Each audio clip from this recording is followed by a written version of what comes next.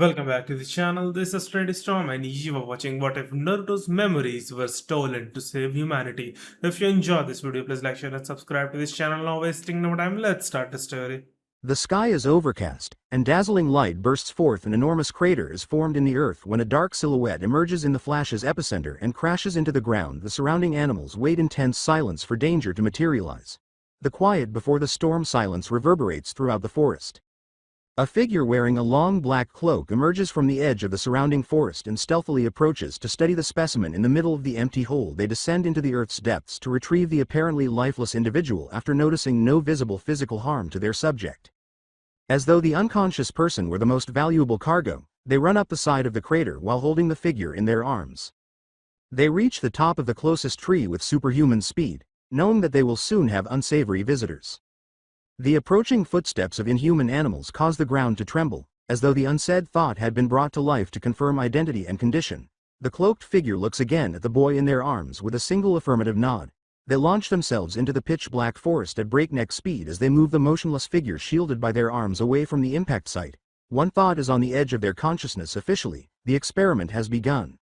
As the now conscious figure opened his eyes to an uncertain light, he thought, waking up to a major headache is not what I would call a good morning. And just why is the sky green? After adjusting my vision for a short while, I realized that the sky was actually covered in a dense, leafy canopy. Rather than being green, the sight was ethereal as columns of light filtered through the spaces between the branches' dense foliage. I could see an endless variety of leaf-covered, gnarled limbs to my left. As I looked around, I saw the same thing on the right side. I was in a tree. How come I was in a tree? He tried to jog his memory by thinking back, but he found nothing. It was as though all of his memories had vanished, leaving only his vocabulary and no remnants of his former identity, not even a name. Trying not to freak out, I had trouble recalling at least one thing that made me unique. Anything that might reverse this terrible turn of events. I noticed tan hands resting on a burlap blanket when I looked down. Even though the thick material scratched my palm, I was thankful for the cool, humid air against my skin. I was trapped on a rudimentary mat made of multiple tree branches bound together with heavy ropes. I assumed that my legs were fastened around the underlying branches to keep me from falling to the harsh ground below. Before proceeding with my examination, I cautiously untied my legs while wondering who had put me in such a dangerous situation. In addition to my hands, I saw that I was dressed in an orange ensemble consisting of a jacket, pants, and a t-shirt with the hem falling over my ankles. It was reassuring to know that I must have had some sort of past with this outfit, even though it wasn't exactly what I would have picked if I had been given a choice. The jacket had a zipper down the center and was lined in black along the shoulders, the middle of the front, and the bottom hem. When I unzipped it, I discovered a black shirt with an orange swirl pattern in the center, and underneath that, some kind of armor made of a mesh material that was both light and strong. I looked under the blanket at the black shoes that ended well past my ankles and the orange cropped pants that showed my toes. After replacing the blanket, I made a list based on my cursory examination. Apparently, I liked orange, I was stuck in a tree, and I had no idea how to buy clothes that fit properly. Not just any tree, but one that towered hundreds of meters above the ground. Why was I in a tree again? I discovered the solution by looking down at the forest floor.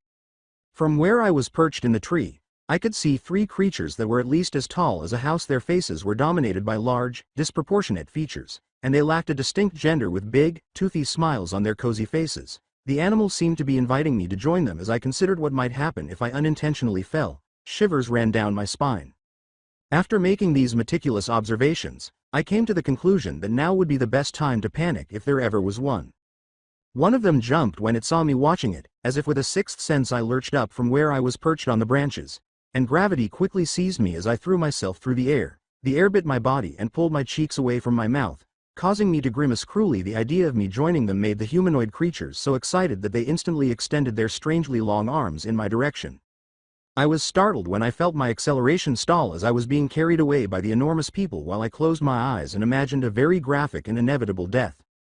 Even though my savior and I had already landed safely in a nearby tree, they all ran toward us.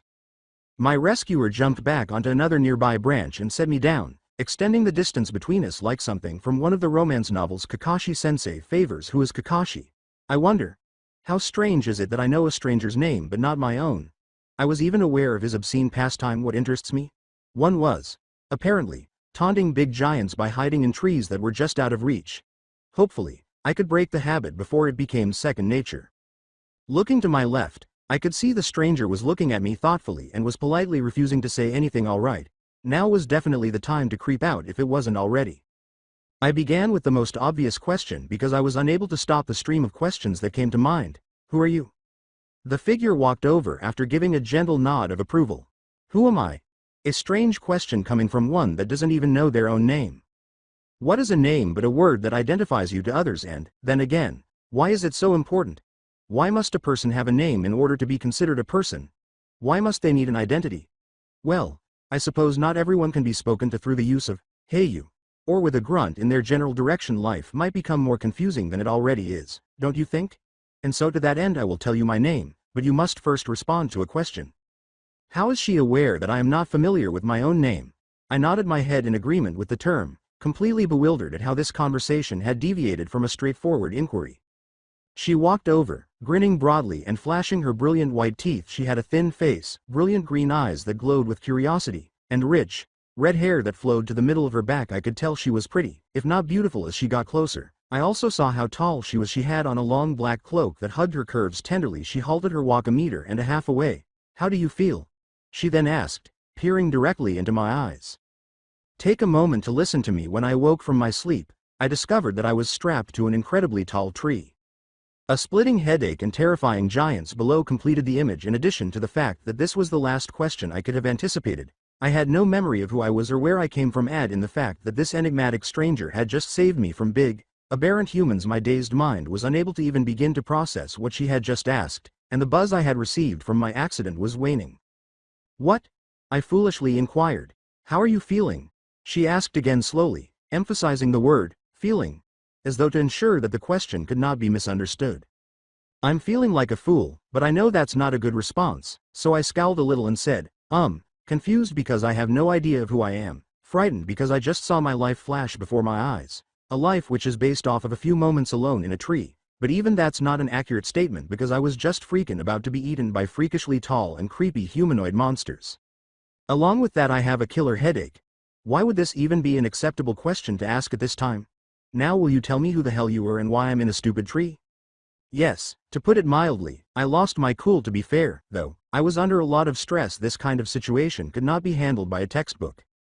She simply sighed with relief as she looked down. That's good. We thought you might have been damaged in the process of transporting you here, but you seem to be normal, at least as much as you ever were. Of course an altered personality is also expected, but this should fade with time. The headache is easily explained as well. The collision when your head hit the ground made quite the impression on the earth. As far as the tree, well, you found out for yourself because you wouldn't be here if not for this tree and the fact that I had to save your sorry skin. I responded as composedly as I could under the circumstances, saying, you're avoiding my original question. I answered your question. Now tell me who you are, with none of this nonsense about identity. She sarcastically said, a demanding one, aren't you? Oh, all right, my name is Midori.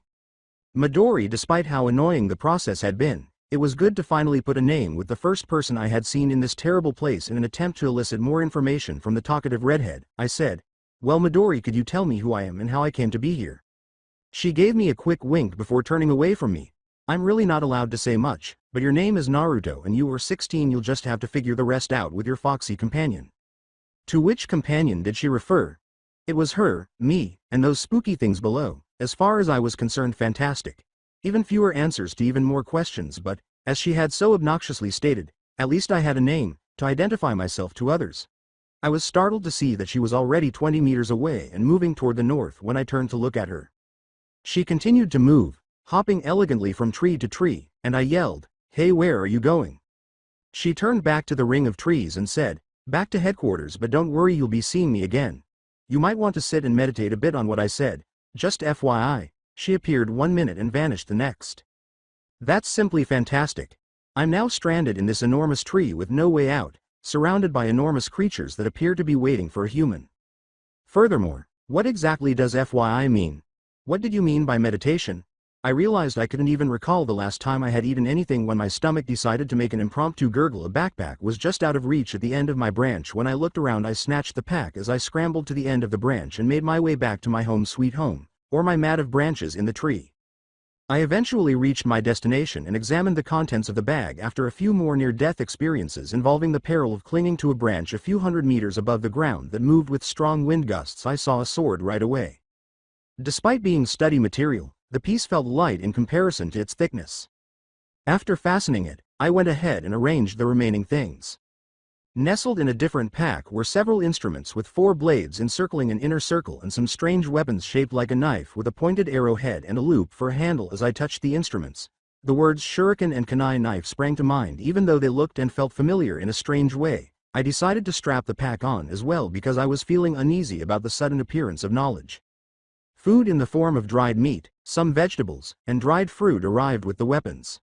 I devoured these with such greed that I nearly inhaled the tiny pieces. I rummaged through the bag for anything I might have missed after the meager meal. To my surprise, there was a small note with a beautiful black ink scrawl on it. Remember to eat your vegetables, aim for the neck, and meditate before bed. Midori, your devoted mentor. P.S. Try not to die. At least I won't be there to save your orange-clad ass every single time. Whatever you may think of her, at least she was concerned enough to warn me against dying. That will do me a lot of good. As I sat there in my castle in the sky, the sun had swiftly dissolved, leaving behind orange and pink striations. As I leaned over the edge of my nest once more, I noticed that the giants appeared to have calmed down because they were no longer attempting to scale the tree in order to devour my savory self. I settled into a familiar and reassuring pose because I had nothing better to do. I stayed that way, blocking out everything but my breathing, until I was involuntarily taken to a pitch-black, dungeon-like world. A dungeon would be an understatement because of the unclear water that covered the ground and created a slime layer on the walls. It appeared more like a sewer. The walls contained a number of pipes that released their contents continuously. The entire room was dimly lit, but the big gate, which was made of thick golden bars fastened to the walls, was the main attraction. A piece of paper that read, "Seal," in well-known characters was placed in the center of what appeared to be a key. I started to sense an eerie and alluring evil aura. As I got closer to the gate, I was staring into a pair of enormous, blood-red, and slightly insane eyes as I peered through the gate. "I'm so happy you could finally join me." Naruto growl was the most terrifying thing I've ever seen in my 16 years of life.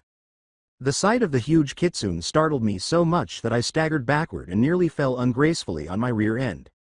Through the cage's bars, the fox glared at me, seemingly challenging my approach. Its eyes and ears were lined with black fur, and its pelt was dark orange. The fox's slender limbs were adorned with large paws. These appeared to terminate in finger-like appendages. In contrast to a typical fox, however, the most alluring aspect was the eyes. They had a terrifying gleam and a demonic red color that screamed death and destruction to anyone foolish enough to walk in their path.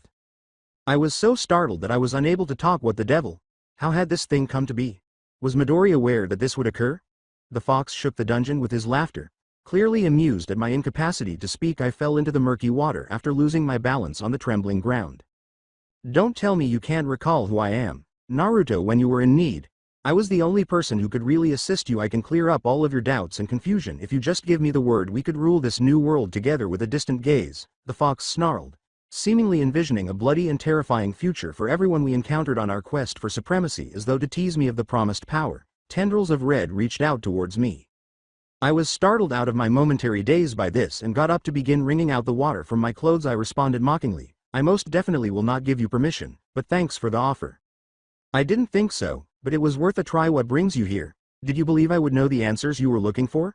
Rethink your thought. I like to see you suffer." His teeth were sharpened and gleamed in the uncertain light as he said all of this.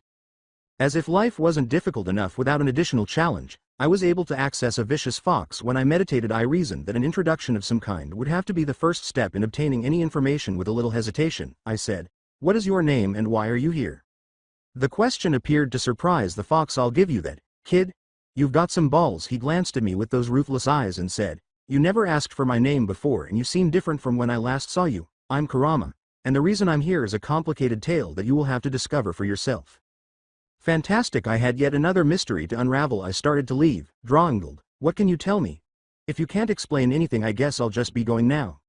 "You're not entertaining. You used to give me a raise." He let out a sigh and went on, "Okay, so I'll tell you how to beat those monsters first, but only because doing so will kill me." Reluctantly, he explained, as though his true intention was to be as obnoxious and intimidating as possible. I asked how, thinking I was at last making progress. We were immediately taken to what appeared to be a tree-ringed training field, a memorial honoring those who had fought in a shinobi world war. Whatever that was situated in the center of 3 upright logs. As I stared at the 3 stumps, a memory suddenly came to me. Recall. Although there were other figures present, the setting was comparable to the one I was in with Kurama. When I looked more closely, I could see that they were eating close to the logs. A younger version of myself appeared to be occupying the middle log since I hadn't had a chance to see my own face since the start of this strange journey. I assumed it was me. He had a smug look on his face. With a hint of embarrassment, he had spiky blonde hair and 3 whiskers on each cheek when he looked at his friends. His eyes, which were as blue as the ocean on a clear day, had a somewhat pleading expression. He was dressed differently than I was. It had a white, poofy collar with an orange band in the center. His jacket had a blue lining on the upper half and an orange body. The bottom hem was lined with blue, and there was a zipper in the center. A pack, probably full of weapons like the ones I was carrying, was wrapped around one leg. The strange shoes were back, but this time they were blue rather than black. A headband made of blue fabric with a metal faceplate featuring a stylized leaf completed the ensemble. The next thing I noticed was that my friends appeared to be having a great lunch without me. One wore the same headband as me to pull back her long, vivid pink hair. Her face was adorned with a long forehead and seafoam green eyes. She had on a long red dress with short sleeves that showed off her slender arms. The edges were lined with white, and each sleeve had an open circle beneath were mid-thigh length black spandex shorts. She had blue shoes on her feet. Just like me, at her waist was a pack similar to the one that held my weapons. A name came to the forefront of my thoughts: Sakura. The name that immediately sprang to mind when I saw the other companion was Sasuke. He had onyx eyes, spiky black hair, and a headband just like Sakura's and mine. He wore a blue shirt with short sleeves and a wide collar. He had wrapped a weapons pack on one side of his immaculate white shorts. His armguards were white in the center and blue around the edges. His feet were covered in blue shoes, and his legs were covered in wrappings with blue tops and bottoms. I think I noticed a color trend here. Their facial expressions were the most fascinating aspect of the two. Sakura appeared anxious and nervous, while Sasuke displayed a bored and uninterested expression. I could only speculate as to what she was concerned about. I recognized the loud gurgle as coming from the stomach of my younger self. Sakura offered her food after Sasuke offered his. A tall man emerged from a towering white cloud of smoke. The man had tall, gravity-defying white hair. A navy blue mask covered most of his face, with the exception of his eyes. One eye had a headband slanted over it, while the other eye was closed in what I could only assume was approval of Sakura and Sasuke's behavior. A dark green jacket with an excessive number of pockets, a navy long-sleeved shirt with the sleeves rolled up, and pants with the infamous white wrapping around the bottom hem completed the look. His feet were covered by blue shoes, and his hands were covered by small gloves with metal plates on the backs. I didn't understand his brief statement that the team had passed and were now officially genin as he described their new situation. Sakura and Sasuke stood up to accompany him. The ropes that tied my younger self to the stump were a struggle for my now alone self. Final memory. The flashback into my own past astounded me. One mystery out of roughly 100 was solved now that I knew who Kakashi was. I was aware that I was a genin and that I had teammates back home, wherever home was, looking down into the muddy water of the puddle I had unintentionally stepped into. I saw that, despite appearing more mature, my face did resemble the one from my flashback. Naruto, what are you doing? Did you suddenly decide to become conceited? We have work to do, so get out of it if you don't want to pass away before dawn, that is. Yes, Kurama-sensei. I hurried back. He continued by explaining that the body could accumulate a material known as chakra, which was composed equally of spiritual and physical energy. In the real world, this could be used to accomplish a variety of tasks. Using a variety of jutsus, he taught me how to direct and control the chakra through the use of hand seals. When the chakra was used, different hand seal combinations would result in different physical appearances. I discovered that I could complete the various tasks Kurama gave me with little effort. My body reacted instinctively, as though it had done all of these things before. Even though I was memoryless, I could only surmise that before my amnesia, I had used chakra. I was drenched in perspiration from the exercises by the time I finished my practice. However, when we were returned to Kurama's prison, I was able to walk on water, which I found to be very helpful in preventing my pants or odd shoes from getting wet from the unclean water. Additionally, I was able to use a method that would enable me to alter my appearance and replace myself with another object, like a log. Along the way, I discovered that I could become a beautiful woman without any clothing. Fortunately, steam seemed to hide her lady parts. One found this to be pointless, but Kurama found it hilarious. With a sense of accomplishment, I decided to call it quits. The demonic fox gave me some advice before I left. Remember that where you are now is the same as where you were as the child in that flashback, Naruto. Before you decide you have everything it takes to defeat those cretins. Even though you might be able to execute the techniques with ease, you still have a lot to learn. If you don't want to become those beasts' food, I can promise you that you will die with those monsters ripping you apart, so don't attempt to take on 20 on your own. I grinned broadly and said, it almost sounds like you're worried about me. He threatened with a grin that was etched with sharp, canine-like teeth, come into my cage, then you can see how much I really care. With a nervous gulp, I abruptly stopped my meditation. That was intriguing, though no, forget about that, it was quite frightful. As I finished the thought, I felt a slight tingling in my stomach, and when I lifted up my shirt, I noticed what appeared to be an intricate black ink tattoo. The overall shape was circular, with a spiral shape embedded in the middle and surrounded by slanting characters. I couldn't believe that the fox demon was inside me. But where? Was he living in my mind like a conscience? If so, he is one hell of a guide.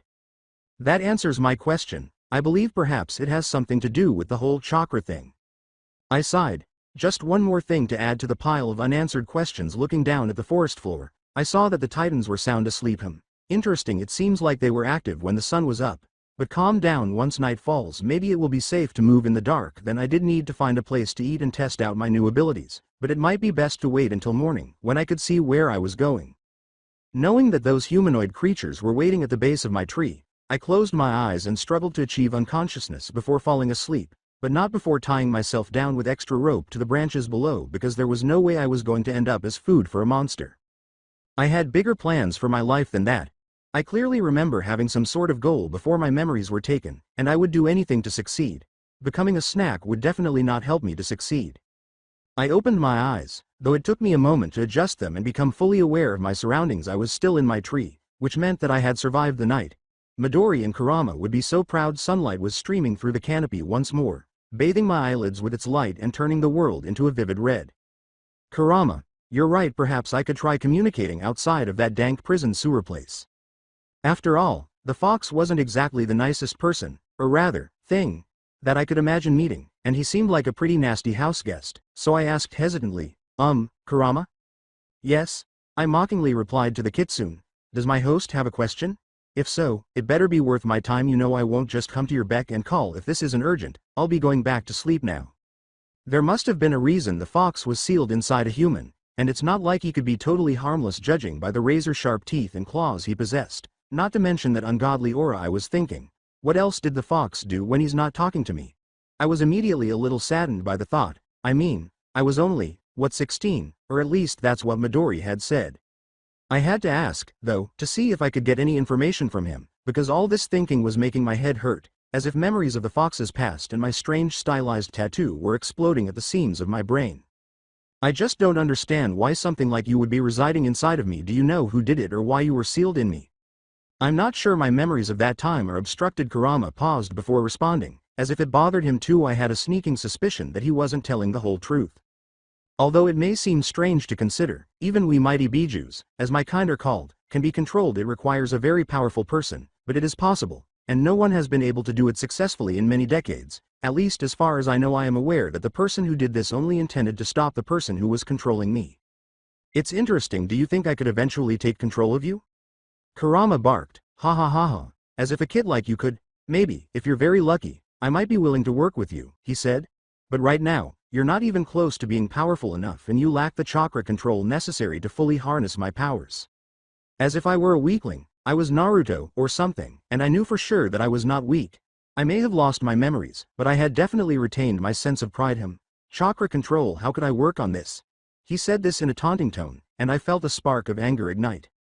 I remembered practicing back in that training field while I was stuck with Kurama, and I thought about Midori, who had jumped from tree to tree with little effort.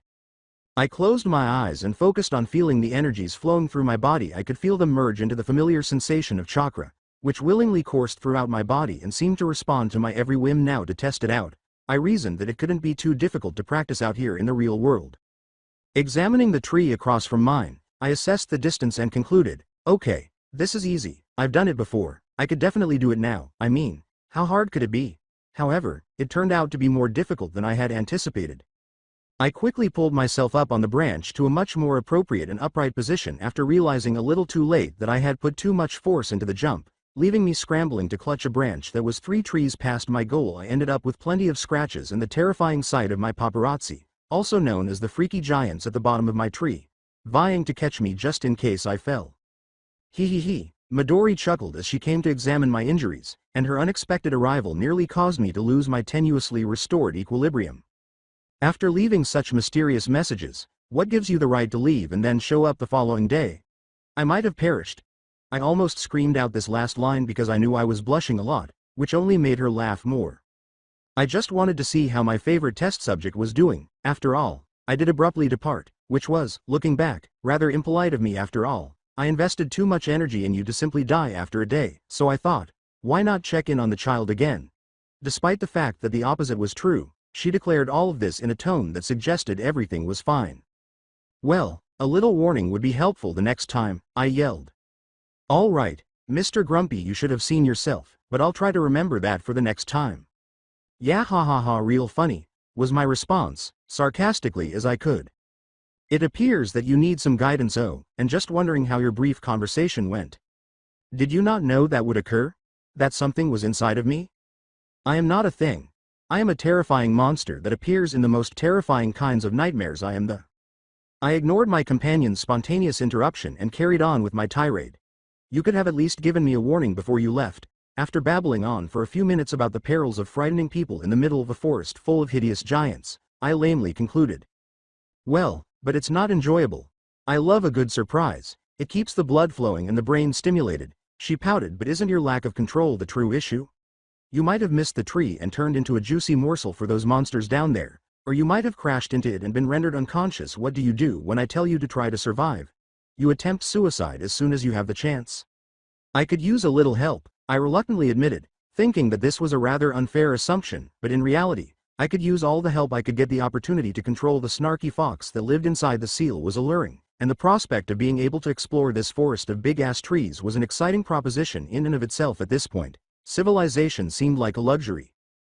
Excellent, I've established a demanding training schedule. With a gleam in her eye that promised misery, she explained, by the time we're done, you will regain your previous proficiency and will become well on your way to advancing. Looking back, I could only assume that what I had gone through was indeed misery. She made me go through the most intense training that I had ever endured, in my limited knowledge, during the course of a week.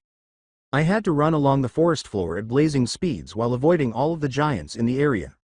I was instructed to leap from tree to tree using nothing but my feet while my arms remained tied to my side, severely hindering my balance. Target practice became a nightmare as I threw my kunai and shuriken thousands of times before I perfected my aim to 100% accuracy. Swordplay was no better, but the idea of being able to kill the never-ending horde of giants with it was all too enticing.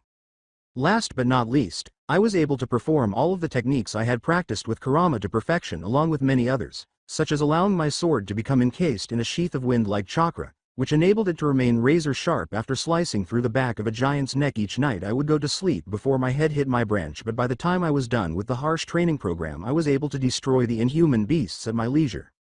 My cruel training with Midori, a woman who proved to be both capable and sadistic in her own unique way, came to an end when she simply said goodbye and warned me not to die. During that 1 week of training, I was leaping through the trees, thinking back on everything I had learned during Midori's own customized kind of torture. I was quite proficient, if not advanced, in everything I had been taught, and I was amazed at how much I had improved in just 1 week. Kurama had only made snide remarks, much to my annoyance, about how long it took me to master something or about how terrible an attempt to do something had ended. Additionally, Midori had taught me more about the creatures that followed me everywhere, their eyes full of desire for my flesh, and how they were hell-bent on killing living humans by eating them alive, only to throw up what they had eaten into an undigested mass of human carrion. The thought of this made me feel sick to my stomach, which made me hate the creatures even more. They didn't need any nutrients, they only killed to end human lives and cause misery, and they even ignored the forest's fauna. Their diet, if you could call it that, was strictly based on the consumption of humans, and the thought of it made me remember why I had begun the training in the first place. Hello, Kurama. I said. You are aware of how much I detest being disturbed. Naruto, what is it? As if the only thing keeping him from being completely bored was me. I mean, I've come a long way, haven't I? Do you think I have what it takes to control you now?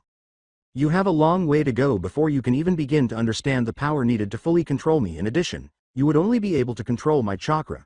I have no physical body that you could control. Instead, you could only control my power, my own demonic chakra. It might be possible someday, but there are a lot of things you need to understand before you can even start to consider it. It's not like it would overcome me, so I suppose he might have a point, but what does it take, and why was he warning me so much?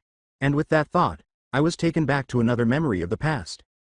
Recall. In addition to the intense burning sensation, I was so overcome with rage that it overtook my entire being, and I wanted to destroy everything and everything in order to put an end to the pain. The pain was so great that it burned as though the fires of hell were burning my flesh, removing it layer by layer from the underlying tissue.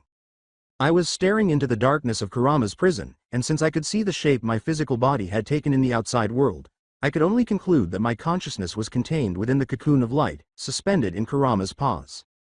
I was a beast, looking like a miniature Kurama without all the fur, with 4 tails growing out of my burnt orange body and the coppery smell of blood, my blood, since I was covered in it.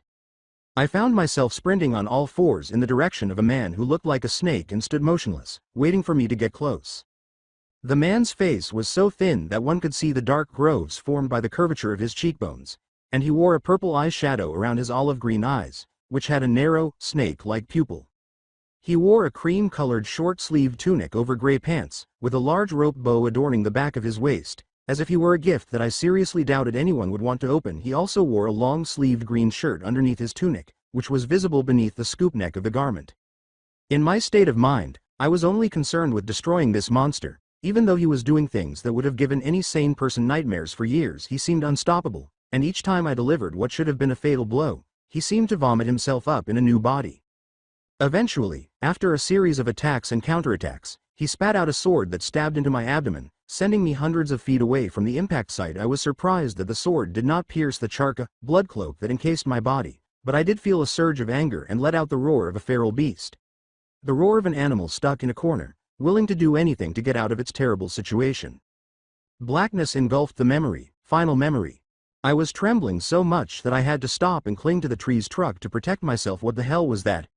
I stopped on a branch right above some of those strange humanoids, but I ignored them. I might have noticed if I could have picked up on the subtle nuance. What is it? Kurama asked in a tone that might have carried a trace of concern. I told him as much as I could about the memory, saying, I think I understand what controlling your chakra entails. I'm not sure if it's what I really want. I couldn't even control myself. I believe I am aware of the incident you were referring to, but I can't say that I was completely helpful in preventing it or that I wanted to. You only go into that mindless state when you are really angry or knocked unconscious. It's a defense mechanism, but the repercussions can be fatal. You now understand that you must be completely in control of your own chakra to prevent mine from overpowering yours. If that happens, there won't be anyone to stop you, and you will destroy everything, including anyone you may be important to you. I couldn't help but think of the power I had in that state. Even though his warnings should have prevented me from acting hastily, I was unbreakable, and I had even been pierced by a blade without showing any signs of damage. If I could learn to use this power without facing any repercussions, I could defeat all of those cruel monsters. I see now, but with your power, I have a greater chance of eliminating all those creatures that exist solely to wreak mindless havoc. At the same time, I could prevent the total annihilation of any race that may be present. I might be their only chance to survive. I knew you would say that you're always the hero, aren't you? You still have the same moral principles that will probably lead to our demise, even if your memories are gone, and to think you'd have the audacity to take me with you. What a cocky human being. You always believe you can control whatever power you want and use it however you want. Once a fool, always a fool, isn't that right, Kit? I guess, but I can't recall my previous identity. With all the petulance he could muster, the fox said, trust me, you haven't changed that much. All of the noise in the forest stopped at that very moment.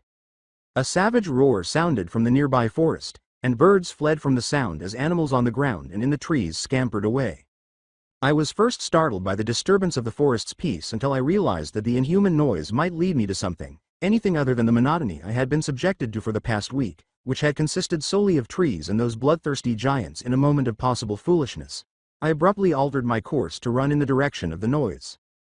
Leaping through the trees, I discovered that several branches had been snapped off at a height of about 14 meters as I rushed to the location where the sound had come from. I also saw a trail of corpses spewed along the ground. Random bodies with limbs ripped from their sockets are as utterly unrecognizable splatters of human remains, which I could only assume had been caused by one of the giant's negligent steps. I couldn't believe the devastation I was witnessing, and I started to experience the hot, painful sensation I had experienced in my most recent memory as I approached the source of the noise. Kurama, sensing the subtle pull of his chakra being redirected and merged with mine, snapped, "What are you doing?" Knowing full well that this was not what the fox was talking about, I responded, "I'm heading towards the source of the noise. As much as it would thrill me to have you give me control, I can't help but think of the brokenness you would feel as a result of any unintentional accidents you may cause while under my influence. Naruto, please calm down. I believe you already know what will happen. If you don't, you are not yet ready for my chakra. You still have a lot to learn before you can guarantee that no injuries to yourself or others will occur." The recurrence of the pain I had remembered gave me a brief flash of pain, but the sight of other people's bodies was sufficient to disregard Kurama's warning and carry on slogging forward unhindered. I could hear human voices. The language was unfamiliar, but fortunately I was still in the frame of mind that I could recall some of my training. I was able to comprehend them in the most basic sense by using a method I had learned from Midori, who had alerted me to potential language barriers. When I listened, I could discern the sounds of chaos, which resulted from a sense of panic. Around this time, I noticed that the humanoid beasts had made a mad dash towards the source of the noise as well in order to save more human lives. I accelerated, becoming invisible to any other humans among the nearby tree branches, all the while noticing that a red shroud seemed to emanate around my skin. I ignored this information as I raced to find out what was causing this devastation. At last, a clearing appeared, and I saw for the first time what I would soon realize was the real enemy of humanity. A female giant, about 14 meters tall, much leaner and more muscular than the monsters I had seen before, surrounded by a swarm of other giants who began tearing at her flesh, tearing muscles from the bone in a flurry of activity. Knowing the devastation those cruel creatures had caused, I couldn't help but charge head-on into the herd of giants. The voice in my head, which was all too familiar, roared, "Stop this madness right now!" Kurama was easily ignored as I concentrated more on killing every titan in my path in order to reach the one who had killed so many. I must have looked like I was on fire, but that didn't stop me from getting to the female in the center. I slashed left and right, moving faster than I would have imagined, and I didn't bother to slit their necks. Instead, I used my chakra claws to crush each giant to ashes. I heard cries of shock and disbelief as I appeared. In the midst of all the chaos, the female managed to flee because the tethers that had previously kept her in place were loosened. Looking back, I saw that I had contributed to the giantess's escape from her cage by swiping my outstretched paws carelessly, tearing the cables from her flesh and allowing her to flee into the surrounding forest while I reveled in the feeling of annihilating the very creatures that had been pursuing me during my time in this terrible place. I tore limbs from their torsos, decapitated every foe I encountered. My nose, which appeared to have been augmented by the addition of Kurama's chakra, followed the stench of death that pervaded the giantess's body after I had killed every beast in the area and realized that my prey was no longer among those who had been killed. She was fast. I must say her body healed from her wounds at an exceptional rate, which allowed her to increase her speed. I found it difficult to keep up with her, moving slowly with each leap as I ran through the trees. I had no idea that, in addition to my red cloak of chakra, I had grown one tail, with the second one gradually forming next to the first. I heard hoofbeats shortly after the chase started, and I knew that I had to stop the female-type giant before she could kill any more people. 5 horses were racing as fast as they could, with the mounted riders occasionally glancing back. The 4 remaining horsemen were left behind as the head rider suddenly sped up, and they leapt from their horses onto wires that were securely fastened to nearby trees. I caught up to them just as the female was ready to seize one of them. As she roared in rage, I reached out with my claws from the middle of my torso to grab her arm. She tried to grab me with her hate-filled blue eyes, but I was too fast, and I used all of my strength to propel my claws towards her neck, but they missed. The entire area around her neck was covered in crystal, making it impossible for me to penetrate the delicate flesh below. The giantess swiftly grabbed me and slammed me into a nearby tree, taking advantage of my brief moment of confusion. This only made me more enraged. Sure, I was hurt, but this giant woman had just killed countless people on her quest for what? That didn't really matter to me at the moment. All that mattered was that she had killed dozens of humans needlessly. My vision turned into a red field of hate at the thought, and I felt such intense loathing that for a brief moment I was afraid of what I had become and what I was capable of, which prevented the cloak from moving into its third-tailed mode. Eventually, logic finally took over and I realized what I was doing. The pain from hitting the trunk had penetrated my head, allowing reasonable thoughts to break through the cloud of hatred that had surrounded my mind. I needed to stop the monster before Kurama's chakra completely disappeared, but how? I decided to cut off the limbs, which was the first thing that came to mind. With this objective in mind, I managed to hold onto the last of Kurama's chakra reserves as I advanced toward the muscular humanoid, slicing off her arms and legs before she could crystallize them. As everything turned to black, I collapsed toward the forest floor, my strength gone and Kurama's chakra completely contained. The demonic fox growled impatiently, "Naruto, Naruto, Naruto." What? I answered vaguely. You understand that what you did was incredibly careless, don't you? Maybe in retrospect, but when I saw all those people, I couldn't contain my rage. I don't think I've ever felt more rage toward a human or non-human entity. Understand this, Naruto. Because of my chakra, you are more prone than the typical person to become enraged. You must learn to control yourself. But I have to admit, the fox said reluctantly, that you do exhibit promise. To put it mildly, I was taken aback by that. I couldn't recall doing anything particularly noteworthy during my adventure as a furious beast, and my memories of the period I had been influenced by Kurama were a little hazy. What specifically are you talking about? You may be less susceptible to my power than you once were, and you may have a chance to master my power. Possibly even that of my most powerful form. Given that you managed to halt the transformation from the two-tailed form into the three-tailed one. I said, I'm just lucky I was thrown into that tree. If I had gone on, I might have hurt or even killed the humans I was trying to protect. Oh, that reminds me what happened to them. I must have blacked out. Where am I? I said. I need to recover the chakra you stole from me, so please open your eyes and see for yourself. Even in the worst of circumstances, I don't expect you to interfere. I opened my eyes, but I really didn't want to wake him up because he was always cranky and complained too much when I did.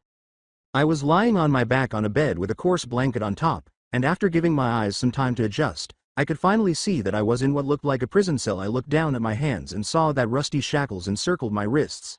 Testing them revealed that, despite being corrugated, they still held me firmly in place. The only light in the room came from lit torches on the walls, which gave me just enough light to see a woman sitting in a chair outside my cell. She had hazel eyes and shoulder-length chestnut-colored hair, and her attire would have seemed very strange if I hadn't noticed the numerous leather straps that crossed over her thighs and chest, as well as the short leather skirt she wore over tight white leggings. She wore a jacket that ended at mid-torso length, with a coat of arms over one of the breast pockets that looked like intersecting blue and white wings. She seemed to be looking off into space until she heard the slight movement of my chains. "Oh, you're awake at last. We weren't sure when you would wake up," she said in a worried but circumspect tone. I knew that I had likely appeared more hideous than those giants in the forest, so I couldn't blame her after what she must have witnessed. It surprised me that I could understand everything she said. It appeared that Midori's method was still effective. Yes, I muttered in response. I knew I had to exercise caution in this situation because a mistake could be interpreted as a threat and a good reason for them to kill me. Believe me, I was too young to die at 16. Could you tell me where I am? She seemed a little taken aback that I could speak her language, but she bounced back fast. You currently possess the Scouting Legion, she said. For your own safety, you are confined here. Many people want to kill you because you are dangerous to us in this city, but thanks to Commander Irwin and Lance Corporal Levi's combined efforts, you have been spared, at least for the time being. As I processed this information, I became aware of my current precarious situation, clinging to a thread of fate that would determine whether I survived or perished at the hands of the so-called Scouting Legion. So, what's next? Lance Corporal Levi should be down soon, but he needs to wrap up a meeting. For the time being, I'm here to protect you, she said gently. What's your name? With hesitation, I asked. Petra Rahl. You were the one that saved me, you know, she continued, grinning slightly. I might have had a hand in persuading the Scouting Legion to keep you. She grinned broadly and said, I wouldn't be here right now without your intervention.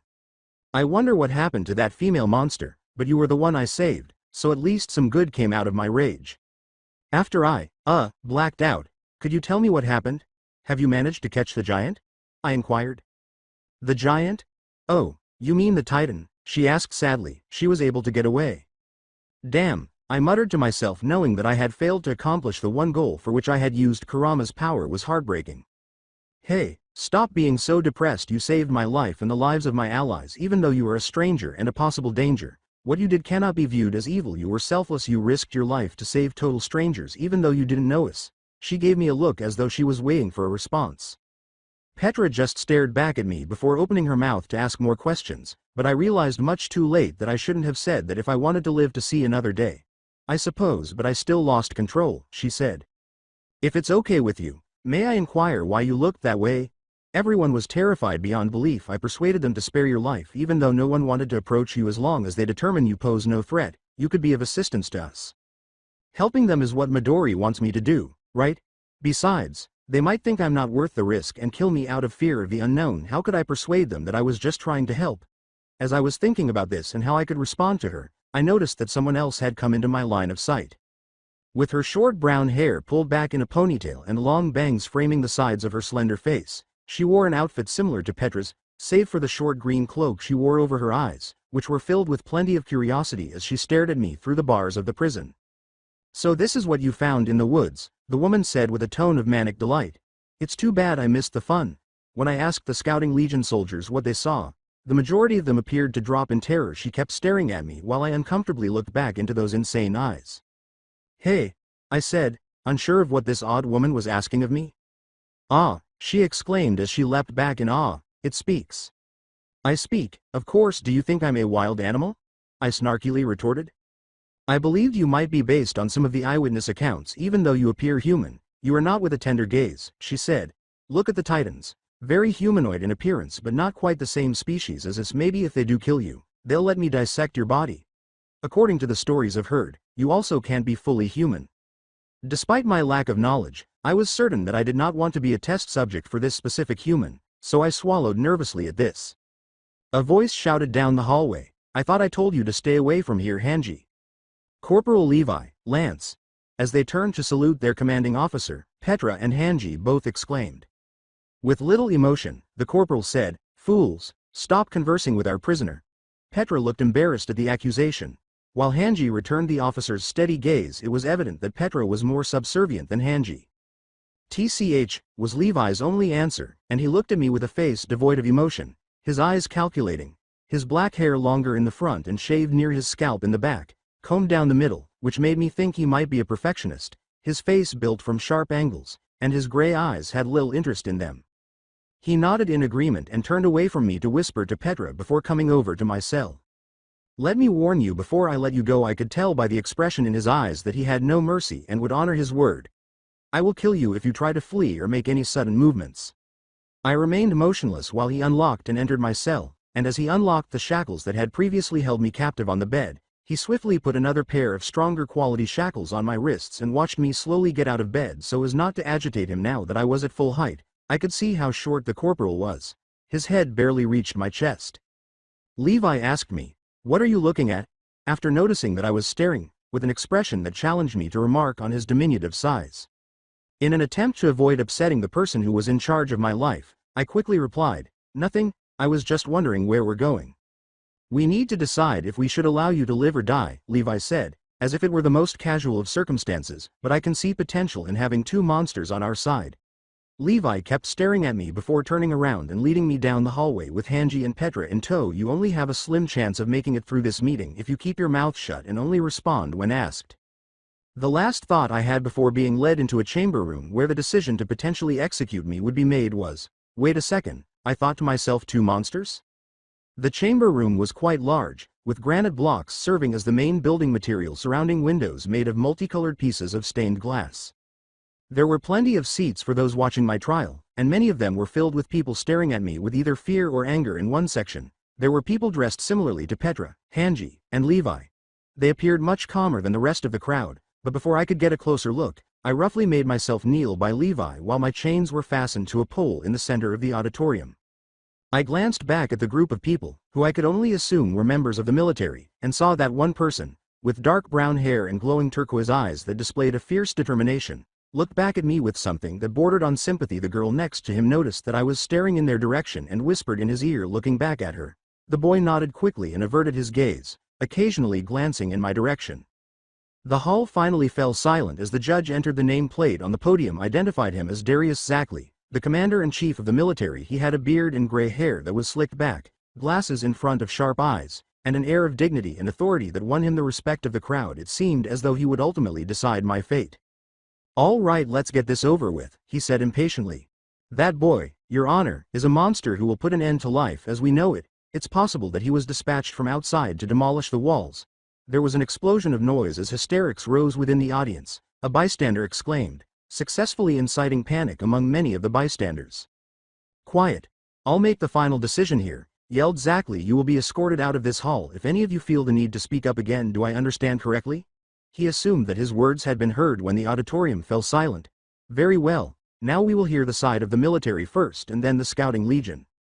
"Your Honor," said a man with short black hair, a sharp nose and sparse facial hair, "we think that he is even more dangerous than Eren was. We are unaware of his power, which leads us to assume that he will thwart our efforts to repel the Titan threat. Anything that dangerous cannot reside inside our walls. If it were up to us, we would finally put an end to the beast." The crowd muttered quietly in response, but Zackley silenced them with a single glance. "Is that so? The Scouting Legion will now speak to us. You may speak, Commander Irwin," he said, glancing to the side of the room where the military personnel were seated. "Yes, sir," the commander of the Scouting Legion said, his blonde hair parted to the side, thick eyebrows suspended above light blue eyes that glowed fiercely as he addressed the commander-in-chief. "We think this young man could help us in our fight against the Titans," he said. "We have multiple eyewitnesses who saw him destroy more than 30 Titans during our most recent mission. Despite the fact that we know very little about his abilities, we would use the combined strength of Aren's Titan abilities and his own enigmatic power to retake Wall Maria if the Scouting Legion were given command." At this point, there were a number of exclamations, and the judge turned to face me. I couldn't believe how many Titans I had allegedly killed. In fact, I couldn't even recall doing it. "Can you talk, young man?" "Yes, sir," I said cautiously in response. The fact that I could still speak after the rumors of my deadly power had spread, or even that I was human, probably made people even more eager to talk. "So you can speak," he said, sounding almost unsurprised. "Do you think we should let you live? Would you be able to help us restore our wall?" I turned to face the other people, who were all staring at me expectantly. I knew there was only one right answer to the question, at least if I was to be allowed to live, but I also knew that I couldn't afford to lie, so I answered gravely, "If I was in your position, I would not allow something unknown to reside in my city." Everyone's faces were filled with surprise at my declaration, and even I was briefly taken aback by what I had just said. Before everything fell apart into total chaos, I kept talking. "However, I will pursue each and every one of those Titans. If I am permitted to survive, I will do everything in my power to stop them before they ruin any more lives, because I have witnessed what they are capable of." Above the din made by the crowd, I yelled. He walked out of the room after saying, "You have given me something to think about." Looking around, I could see that this was far out of the ordinary. Nervous murmurs filled the room as people glanced between me and their neighbors. I went over what had transpired, aware that the trail could go either way. After what seemed like hours, Zachary returned with a serious expression on his face, removed his glasses, and gave himself a quick eye rub before saying, "I have determined that the threat you pose upon us is too great. We can't afford another unknown since we already have one." I was so shocked that I couldn't believe I was going to die here, that I couldn't even recall who I used to be, and that this was going to happen to me in this chilly place full of strangers. That I just stared at the ground in silent disbelief. According to Zachary, I was to be put to death right away. A man approached me and freed me from my pole, and I stood numbly and rubbed my hands as they led me down a long, narrow hallway, with many of the trial participants following at a safe distance in case I tried anything. The trial replayed itself in my mind as I was walking. I knew I shouldn't have said I was dangerous, but I couldn't deny the reality. I couldn't even control my own abilities, so how in the world was I supposed to save people when I had control issues? I knew I had only one option. "Kurama?" I asked the fox reluctantly, but he didn't respond, so I realized he was asleep.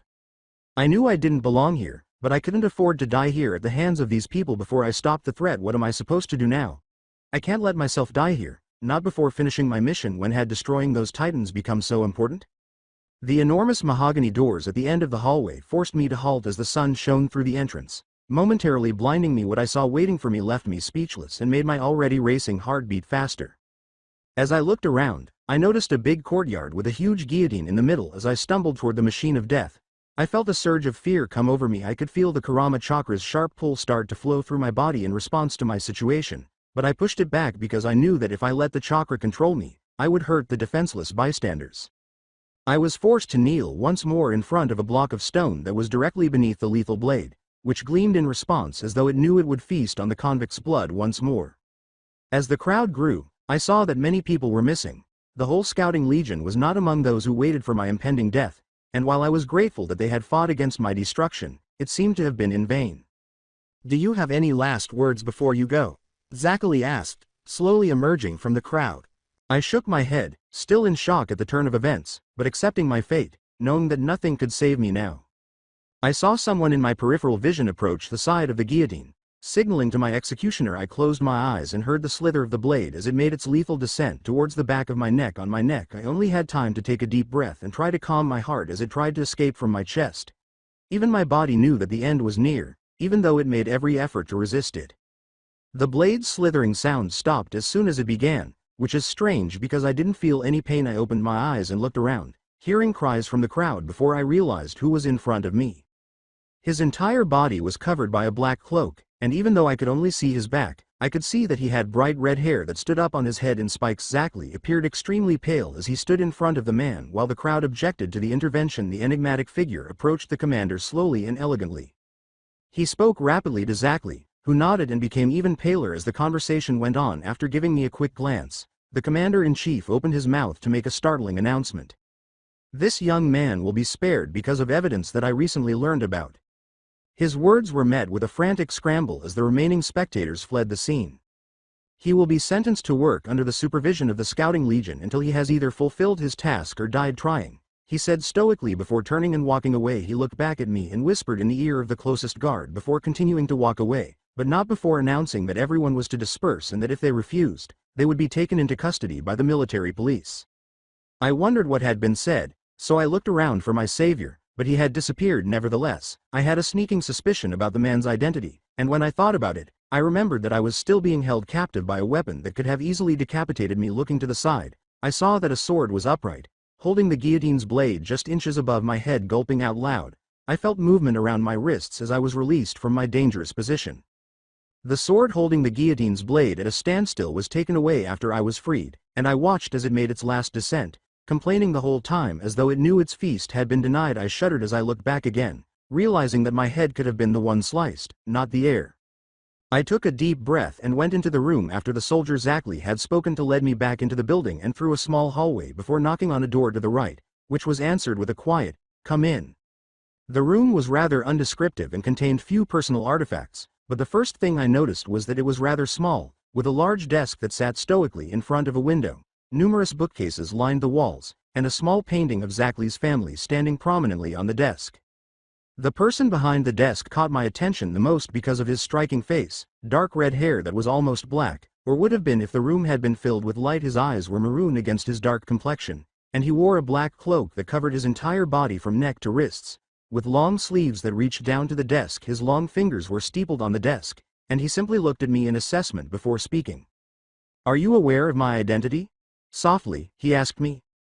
After pausing to collect my thoughts, I responded, "You would be regarded as a member of the organization that Midori mentioned, wouldn't you?" "You would be right in that assumption," he said with a fleeting glimmer of approval in his eyes. "I hope you're not too scared of Midori. I am aware that most people find her to be quite tense." "Well, considering the fact that you're talking to a guy who was almost killed, there can't be much that you guys throw at me that I won't be able to handle," I replied. "All right, with what you have to do next, you'll need that kind of mindset." He raised a thin, expectant eyebrow, as if pleading with me to ask the question, which I did. Oh boy, I didn't really need any more complications in my life. I already had a memory problem, and almost everyone in this strange place thought I was a dangerous outsider. I could only imagine what he meant by that. "Now, what are your plans for me? I mean, I am aware that I owe you for saving my life and Midori at least once or twice for saving me on the first day in an attempt to lighten the mood. I joked that if this keeps up, I might be in the organization's debt for the rest of my life." "Who is to say you don't already have debt? Maybe you came because we saved you from a terrible fate. Have you given that any thought?" In the same gentle tone, he went on. The word, troublesome, clicked somewhere in my head and conjured up an image of a man with spiky hair pulled back in a pineapple style. Ignoring this, I kept thinking about my predicament. This situation simply keeps getting more and more problematic over time. "You appear conflicted, Naruto. Everything will be clarified when the time comes. Now let's get down to business," he said as he started removing items from a bag. The first item was paper tags with the character for seal on them. The second was a blank, leather-bound book with the Scouting Legion crest engraved on the front. And the third and last item was a necklace with a citrine pendant that was made to resemble a tiny fox with 9 tails. "You must always carry these things with you. It's crucial that you don't misplace this necklace in particular. By doing this, the worst of Kurama's power won't be able to control your behavior. To complete your mission, you will need to gain more control over his chakra." "What's the mission?" Since this was one of the few opportunities I would have to find out why I was here rather than back where I came from, I asked before he had a chance to explain. I couldn't take being kept in the dark any longer than I already was. "The mission will ultimately be up for you to decide," the man said, giving me a stern look that stopped me from continuing. "All we have to do is help you with whatever you decide." His emphasis on the word will made it sound as though I had no say in the matter, which I guess I didn't. "Your actions will narrow your options, but in the end you will succeed. Are you aware that there won't be any more interruptions until I finish? You need to be able to control the Kyuubi's chakra, and these will help you to do so," he said, passing me the paper tags and the necklace. "These tags will instantly seal away Kurama's chakra," he said in that soft voice. I nodded in agreement, and he went on. "This will stop you from inadvertently hurting yourself or other people. Please be aware that they won't function until you have the Kyuubi's cloak's third tail to master the chakra. After that, you will have to rely on the necklace and your own determination. Putting this aside for the moment, I asked about the book that was still lying unexplained on the desk. I nodded, feeling grateful to these mysterious people, but did I really need to be grateful? It felt like they had abducted me, erased my memory, and brought me to this dangerous world full of giant monsters. This is where you will record how much time you spend with the Scouting Legion. 1. Put on the necklace and put the other things in my pockets. I find it important to keep track of my own experiences, and I highly encourage you to do the same, he said in a way that made it clear to me that I had no other option. It will be up to you what you do with all of this. If you want to live here, you will have to earn the people's trust. After all the work we've put into you, it would be unfortunate if your head rolled. Thank you, and may I ask what your name is? Knowing the name of someone I owe money to would be helpful. He flashed his pointed teeth and gave me a quick smile. Ah, yes, and I'll be collecting. He said you can call me Katsumi, he said, returning to his apathetic demeanor. Thank you for saving my life, Katsumi. I smiled back with his casual demeanor and eerie red eyes. Katsumi was almost normal in comparison to Midori. I only had to wonder what the other members of this notorious group were like. Oh yeah, what did you say exactly to stop my sentencing? I asked. Oh yes, that, he said, grinning mischievously. I only told him that his, manhood would mysteriously disappear if he resumed your beheading. Maybe he wasn't as normal as I had thought, but my only response was to wince at the idea. After all, I was just carrying out my duties personally. I think you might want to change those clothes. You don't want people to think you're a crazy animal, do you? I looked down at my clothes, which were ripped to shreds and smeared with dried blood. After a quick assessment, I looked up again to see that he had left. The same soldier who had escorted me here knocked on the door and opened it. We have to head over to the Scouting Legion headquarters right now. After telling Levi and Erwin that their sentencing had been revoked, he turned away from me, leaving me to trail behind him. I became irritated as I made my way through the barren corridors of the military court because I could feel the accusation in their eyes, as if I had done something wrong, and I detested the constant whispering and fingers pointing at me. Flashback. In the vision, I was only 5 or 6 years old, and I was surrounded by adults who stared at me as if I had done something horrible. Tears sparkled in my blue eyes as the adults whispered and pointed at me. Some even escorted their kids away as if I were a threat to them. 9 long shadows, resembling tails, formed behind me, seemingly frightening everyone away. Alone in the courtyard, I sat on a swing that was tied beneath a tree and began to cry, taking deep, shuddering breaths that made my entire body tremble. A long shadow appeared in front of me, and when I looked up, I saw the face of an old man wearing a pointed hat with the word fire emphasized in the middle. His thin frame was covered by a long white coat with red robes underneath. There, Naruto, what seems to be the problem? He said, looking down at me with a sympathetic expression. They said I was evil and that I couldn't play with anyone, I said after carefully wiping the tears from my eyes with clenched fists. I didn't mean to hit someone, but I got angry all of a sudden. I was really angry. Does that imply that I am truly wicked? As tears began to well up in my eyes again, I asked. Of course not, the elderly man said, kneeling in front of me and placing a consoling hand on my shoulder. Everybody occasionally gets angry or upset. After all, we are only human. You simply need to exercise caution so that you don't get upset too frequently because you are very unique. Tell me, did you enjoy striking that kid? With wide eyes, I looked up and exclaimed, no. My dear boy, that demonstrates that you are not evil. Heaven only knows that I wasn't your age, so you can't expect to be good all the time, but you must make every effort to be. Would you be able to do that for me? Yes, I nodded. He smiled broadly and said, very good. How would you like to assist me in being Hokage for a day? The man laughed and said, well then you know that all Hokages need a hat. I nodded yes several times, gasping at the idea. Well then you know that all Hokages need a hat. He then reached up and removed his hat to put it on my head, and I smiled broadly despite the fact that I could hardly see out from under the large hat's brim. The man then took my hand and led me into a large red building while discussing the responsibilities of a Hokage. End of flashback. I must have resumed walking with the soldier on autopilot while in my memory world because I noticed that we were now in front of a new building with the Scouting Legion crest on the front. After thinking back on what I had learned, I realized that there would always be people who would think I was dangerous or untrustworthy simply because I was different or an outsider, but then I remembered the old man, Hiruzen Sarutobi, the Hokage of Konoha, and I smiled. I now remembered my purpose.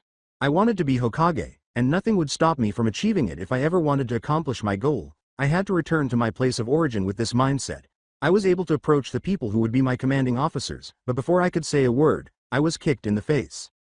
I was so shocked by the force of the impact that I staggered back a little. I looked at Levi, who gave me a steady look in return. What was that for? With a hurt tone, I asked. Are we clear that I will personally ensure that the Titans will be the least of your concerns the next time you choose to say anything similar? His eyes gleamed hard as he asked. I nodded slowly, hoping to avoid getting kicked again. What was he talking about? I had only told the truth in court. Levi muttered as he ascended the building's steps. Great, another helpless brat I have to take care of. Erwin, who had seen the entire incident, simply shook his head in frustration, which I took to mean that the corporal frequently mistreated anyone he thought deserved it. Erwin motioned for me to follow him into the building, and I hurried up the stairs and trailed behind them. The place was crowded, and everyone was dressed in what I knew to be the military uniform. The only things that seemed to change were the shirts that people wore and their unique accents. Like Erwin's bow tie or Levi's cravat, some people wore glasses with 3 leather bands attached to the ends to keep them firmly in place. I didn't know why, but I assumed it would become evident eventually. We eventually came to an empty office, but before we went inside, Levi pointed me in the direction of a bathroom, gave me a quick glance, disappeared, and came back holding a bundle of clothes and a pair of boots. Before you come in, I want you to bathe and change, he said, glancing at me. You're filthy. Then he entered the office. I entered the room next door and discovered a brand new bath. I gladly took off my dirty clothes and jumped in, scrubbing every part of my body until it squeaked and reveling in the sensation of dirt being removed. I then jumped out of the bath, dried off, and changed into my new clothes. I looked down at my new outfit, which included a pair of white pants and a button-up white shirt, as well as a short tan jacket with the Scouting Legion crest over one of the breast pockets. They all fit perfectly, which surprised me. But it wasn't all that surprising given that Levi had chosen them. I put on the boots to finish the look and put the things Katsumi had given me in the pockets of my new uniform before throwing away my old outfit. For the first time since arriving here, I looked in the mirror at my reflection and noticed that I hadn't changed much from the image I had seen of myself in my memories. My eyes were more wary and my whiskers were more defined than they had been when I was younger, but they still had the mischievous and joyful expression I had seen in my younger self. I grinned and said, I'd be ready for anything that these guys could throw at me. Bring it on. I left the room and went to the office door, knocking once before I heard, come in. When I opened the door, I saw a large office area with tall windows that let in lots of sunlight. Erwin was seated behind a large desk, and Levi was leaning against a wall with his arms crossed over his chest. I hurriedly sat down in the lone chair in front of the desk, which I assumed was for me. Erwin gave me a critical glance before starting to talk. I want to ask you a number of questions. I need you to respond as honestly and completely as you can. Let's begin with the simplest. What's your name?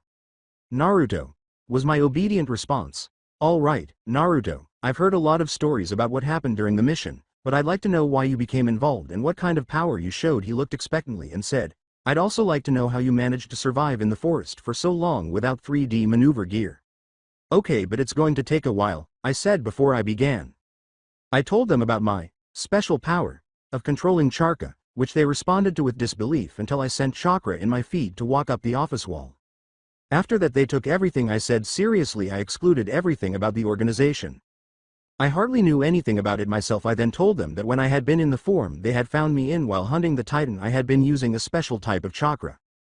I also included my inability to control it but told them I was learning, though they didn't look convinced. As to why my sentencing had been called off, I explained that evidence had been found to disprove how dangerous I was. I left it very open-ended. As to deny the existence of any involvement I may have had, all they knew was that a mysterious man had shown up and stopped my execution. Finally, I talked about how I had been taken to talk to this man after he had saved me, though he didn't tell me much. As I finished talking they looked at each other with a meaningful look before returning their attention to me. Erwin spoke up after a short pause. We want you to keep this chakra ability you possess hidden from everyone but our trusted members of the Scouting Legion. You can't let people see your actual potential, because if you do, they might think you pose a greater threat than they already believe. We'll pretend that you trained yourself to use 3D maneuver gear that you discovered in the forest to kill and avoid the Titans as a cover-up until you have mastered this peculiar ability. We will attribute your appearance to rumors and have everyone who witnessed you sworn under secrecy. They wouldn't want anything more about me to be known, especially not my abilities. It was bad enough that I was a threat in this city, but it would be worse if they knew that I was more dangerous than they had previously believed. He looked back at me for acknowledgement, and I nodded my head in response. I suddenly had a question about the situation, which I immediately blurted out. Wait, why am I getting support from the Scouting Legion? Why don't you just put an end to the threat by killing me? You appear to be putting much more than your lives in danger. Levi finally broke his silence at this point and said, You believe we're doing this for you? Only as a soldier, Erwin, and I can see that you have the ability to destroy Titans with a deadly expression, the corporal said, Don't think for a moment that we won't end your life if you make one wrong move. The only reason we're protecting you is because you saved my squad from being eliminated. If it wasn't for that, you would be long gone." I nodded slowly in agreement. Looking down at my boots at this statement, I had anticipated something along these lines and knew it to be true. I was only kept alive as long as I remained useful and contained.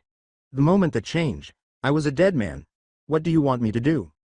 "We anticipate that you will train alongside the Scouting Legion and accompany us on missions as needed. With your abilities, we hope to reduce the number of lives lost on our expeditions," Erwin retorted. "All right, when should I start?" Knowing that the sooner I began, the more Titans I would be able to kill, I asked.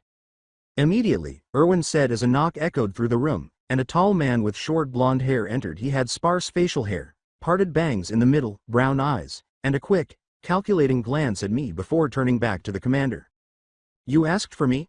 With a steady, deep voice, the man asked. "Yes, please accompany Naruto to the training area. He must be instructed in the use of 3D maneuver equipment." The man nodded and held the door open for me, but I was about to walk out when I heard Erwin's voice. "I want you to make every effort to blend in. Naruto, the Scouting Legion has a lot more new members. I want you to do everything in your power to fit in with them. It might be essential to your survival in our world." He then turned to face Levi and started talking about logistics. After realizing that I had been fired, I left the room and followed the man who would take me to start my training in whatever 3D maneuver gear I would be using. As I got closer to the training grounds, I noticed that it wasn't entirely empty. There was a small group of people on the field who looked to be about my age. These must be the new scouts Erwin was referring to. They looked at me with curious and nervous expressions as I passed. The man, whose name I later learned was Mike Zacharias, led me into the wooden barracks that were situated close to the training grounds. He took me to a supply cabinet, where he removed a short leather skirt and several leather straps. Before we returned outside, I was given instructions on how to put on the unusual equipment, which was tri-legged and had two thick wires braced beneath the center of the structure. As I was strapped in, I briefly wondered how the machine worked. A small group of recently enlisted soldiers gathered around, and I'm sure many of them thought this would be pretty entertaining. I'm pretty sure that each of them had gone through a similar experience in their own training and were eager to see the outcome of another newbie, even if that newbie was deemed dangerous. "All you need to do is retain your balance as I raise the wires," said Mike clearly. "This is a test that will allow me to see your potential in using 3D maneuver gear." As I was gently pulled upward, I nodded in agreement, staying balanced until a strong gust of wind interrupted my focus, and to my dismay, I found myself upside down. I blushed as some of the cadets laughed, and I saw that a kid with freckles was reprimanding the man beside him, who had a horse-like appearance, and the man I had seen in the courtroom gave me a supportive look. With the help of a little chakra, I focused on using my core muscles and slowly stood up. The audience gasped at this turn of events, which seemed unusual, but it was exactly what I needed. Another strange demonstration of power that would make me stand out even more than I already did. I probably shouldn't have used my power, but I couldn't take being made fun of.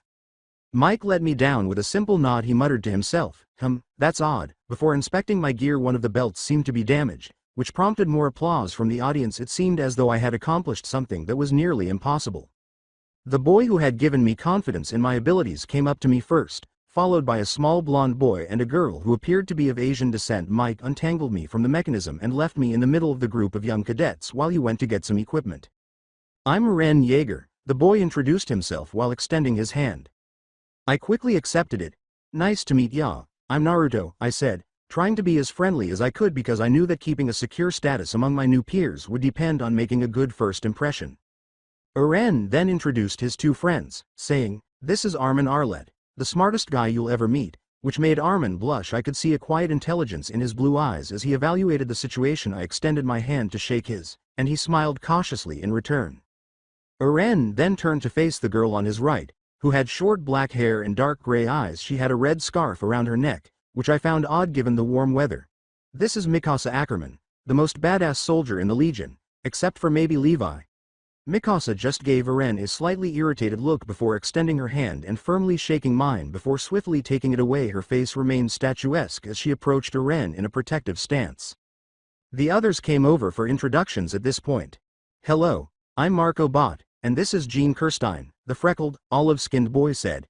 His face lit up with a warm smile, and I found myself unconsciously smiling back at him. Liking him already, I looked at Gene and found myself looking back into the young man's smug and shocked eyes at my appearance. "We'll get along just fine if you stay out of my way. This squad has already lost a number of members, So we don't need any more problems, we also don't need any more people to perish from foolishness, Jean said sarcastically. You don't exactly look like the smartest guy around. I responded, yeah, like a Anita guy with a horse face giving me lessons on intelligence. As my rage overcame me, everyone, with the exception of Marco, Armin, and Mikasa, coughed a little in laughter, but Jean didn't respond, instead giving me a look that seemed to be approval. A tall, muscular blonde and a taller, dark-skinned man who was drenched in perspiration, I wasn't sure if it was from the heat or anxiety, came next, but I knew he needed a towel. I'm Reiner Braun, the enormous man said, shaking my hand roughly before allowing the taller boy to introduce himself. He appeared to be a trustworthy leader. The boy sputtered, my name is Berthold Fubar, and took my hand in a moist shake. I tried not to wince at the feeling, so I smiled at him and said, nice to meet you. He gave me a little smile back, then moved back behind Reiner.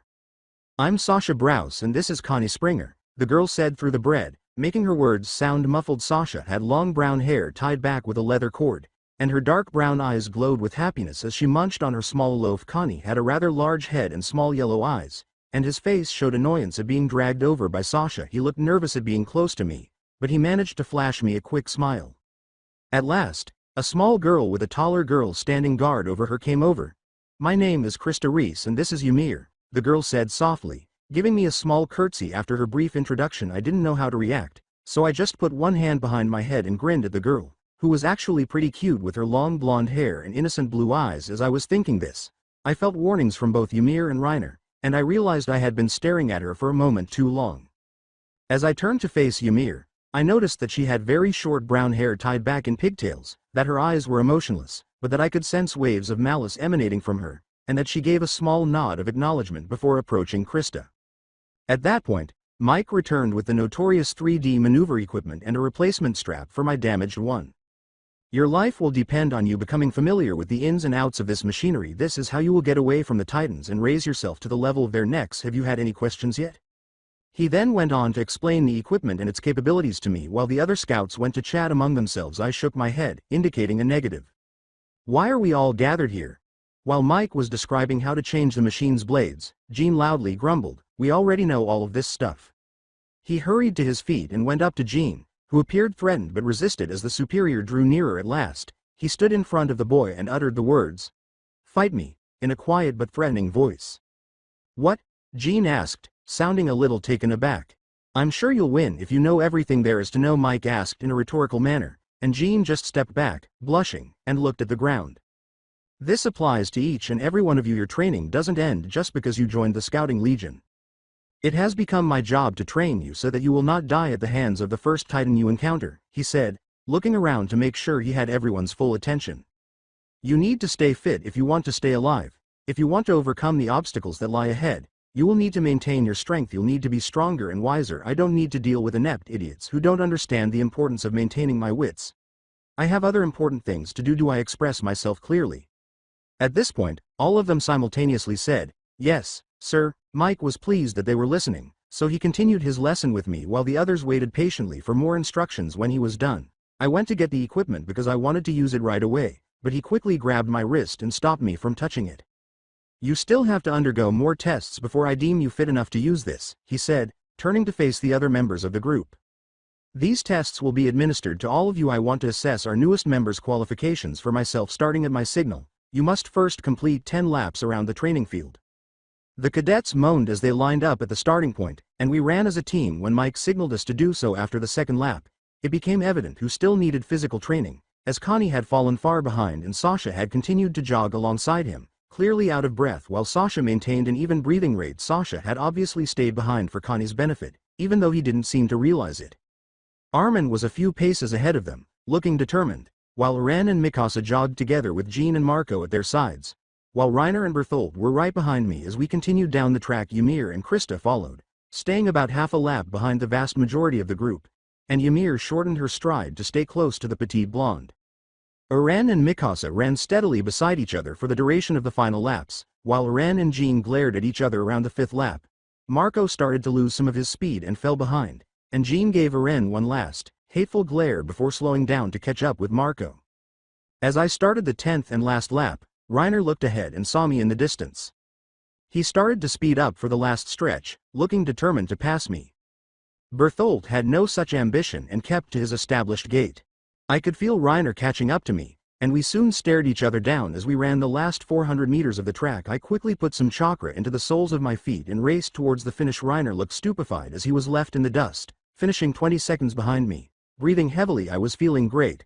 I had hardly perspired during the run. Mike recorded the results as each person finished. Connie came in dead last. Mike just glanced around at everyone before moving on to the next trial. Some seemed a little curious that I wasn't perspiring or breathing heavily, and it also came as a bit of a surprise to me. I suppose that from wherever I had come, this Konoha place, I had needed to be fit. I came in before you, so that obviously means I'm faster, Eren said with a triumphant smile as he and Jean got into a fight over who was actually faster. Jean retorted, glancing briefly at Marco before turning back to Eren. That doesn't mean anything, and besides that I had to slow down for reasons. Why do you want to be close to your boyfriend? Before Eren realized what he had said, he asked sarcastically. Jean's expression looked murderous as he reached out and grabbed Eren's shirt with a closed fist, shocking Eren. Reiner rubbed his hands excitedly and said, "Oh boy, here we go again," as though this was a frequent occurrence. "Don't encourage them, Reiner," Berthold, looking anxiously between the two, stammered.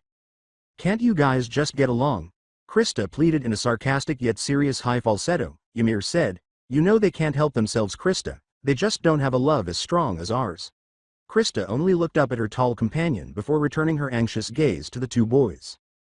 With a startled expression on his face, Connie looked from Marco to Jean, as though he was trying to make sense of the whole boyfriend thing. Sasha, who was now eating a potato, looked around carefully. With a slightly irritated expression on her face, Mikasa silently observed Jean while Armin put a hand to his face and shook his head a little. Marco placed a reassuring hand on Jean's shoulder in an attempt to calm him down, but Jean just shrugged it off as he continued to hold Eren's shirt tightly. Their eyes were fixed on one another, waiting for the other to move. "You asking for a fight, Jaeger?" Jean was threatened. Eren stammered, "No, I didn't mean it like that," and turned to his peers for support. "Come on, Jean, Eren didn't mean it," Marco said soothingly. "Let's just carry on with our training, okay?" However, Jean was not going to give up easily. Mike had finally realized what was happening, and he held Jean's closed fist in his iron grip as he swung his right fist at Eren's face while Eren himself braced himself for an impact that never came. With a loud gasp, Jean released Eren's shirt and took a step back, while Eren merely straightened his shirt and awaited his punishment. Mike gave the two menacing glances to make sure they wouldn't start up again before releasing Jean's fist and opening his mouth to speak. "What are you guys doing, in your opinion?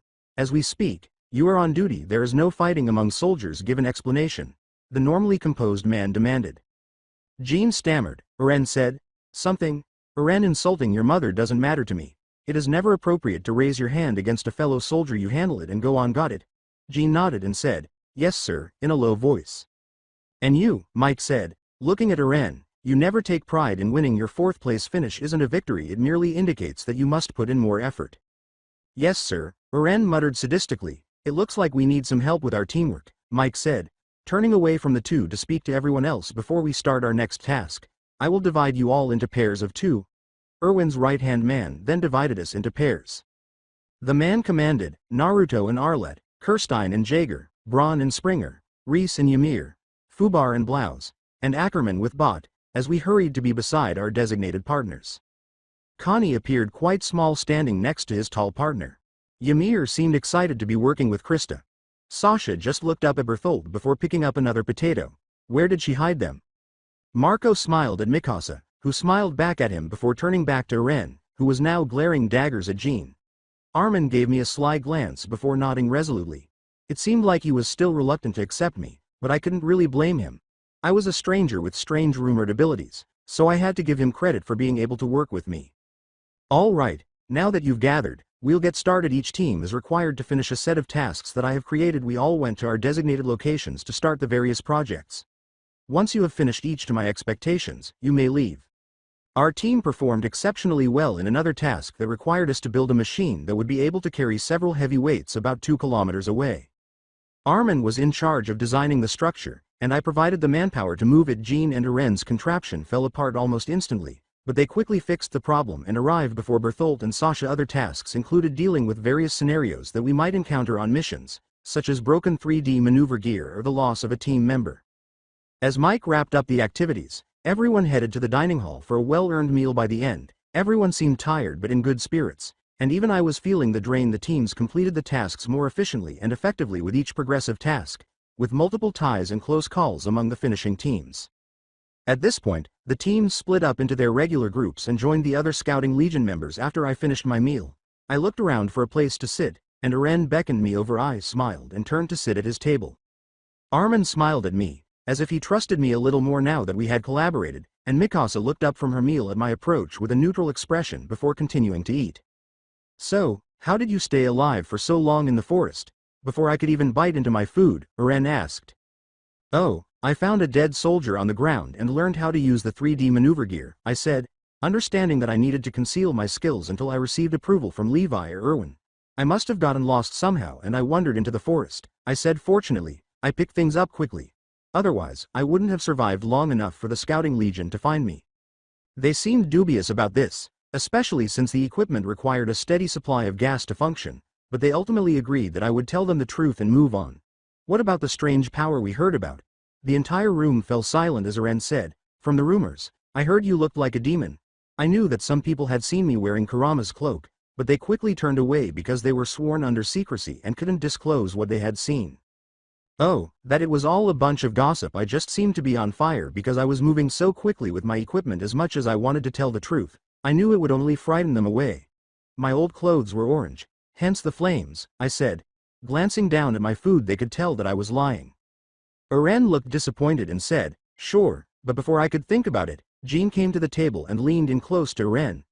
"I decided that our issue will be resolved over a race, same time as usual," Jean said. Jean muttered, "If you lose, you have to swear never to call Marco my, you know what, ever again."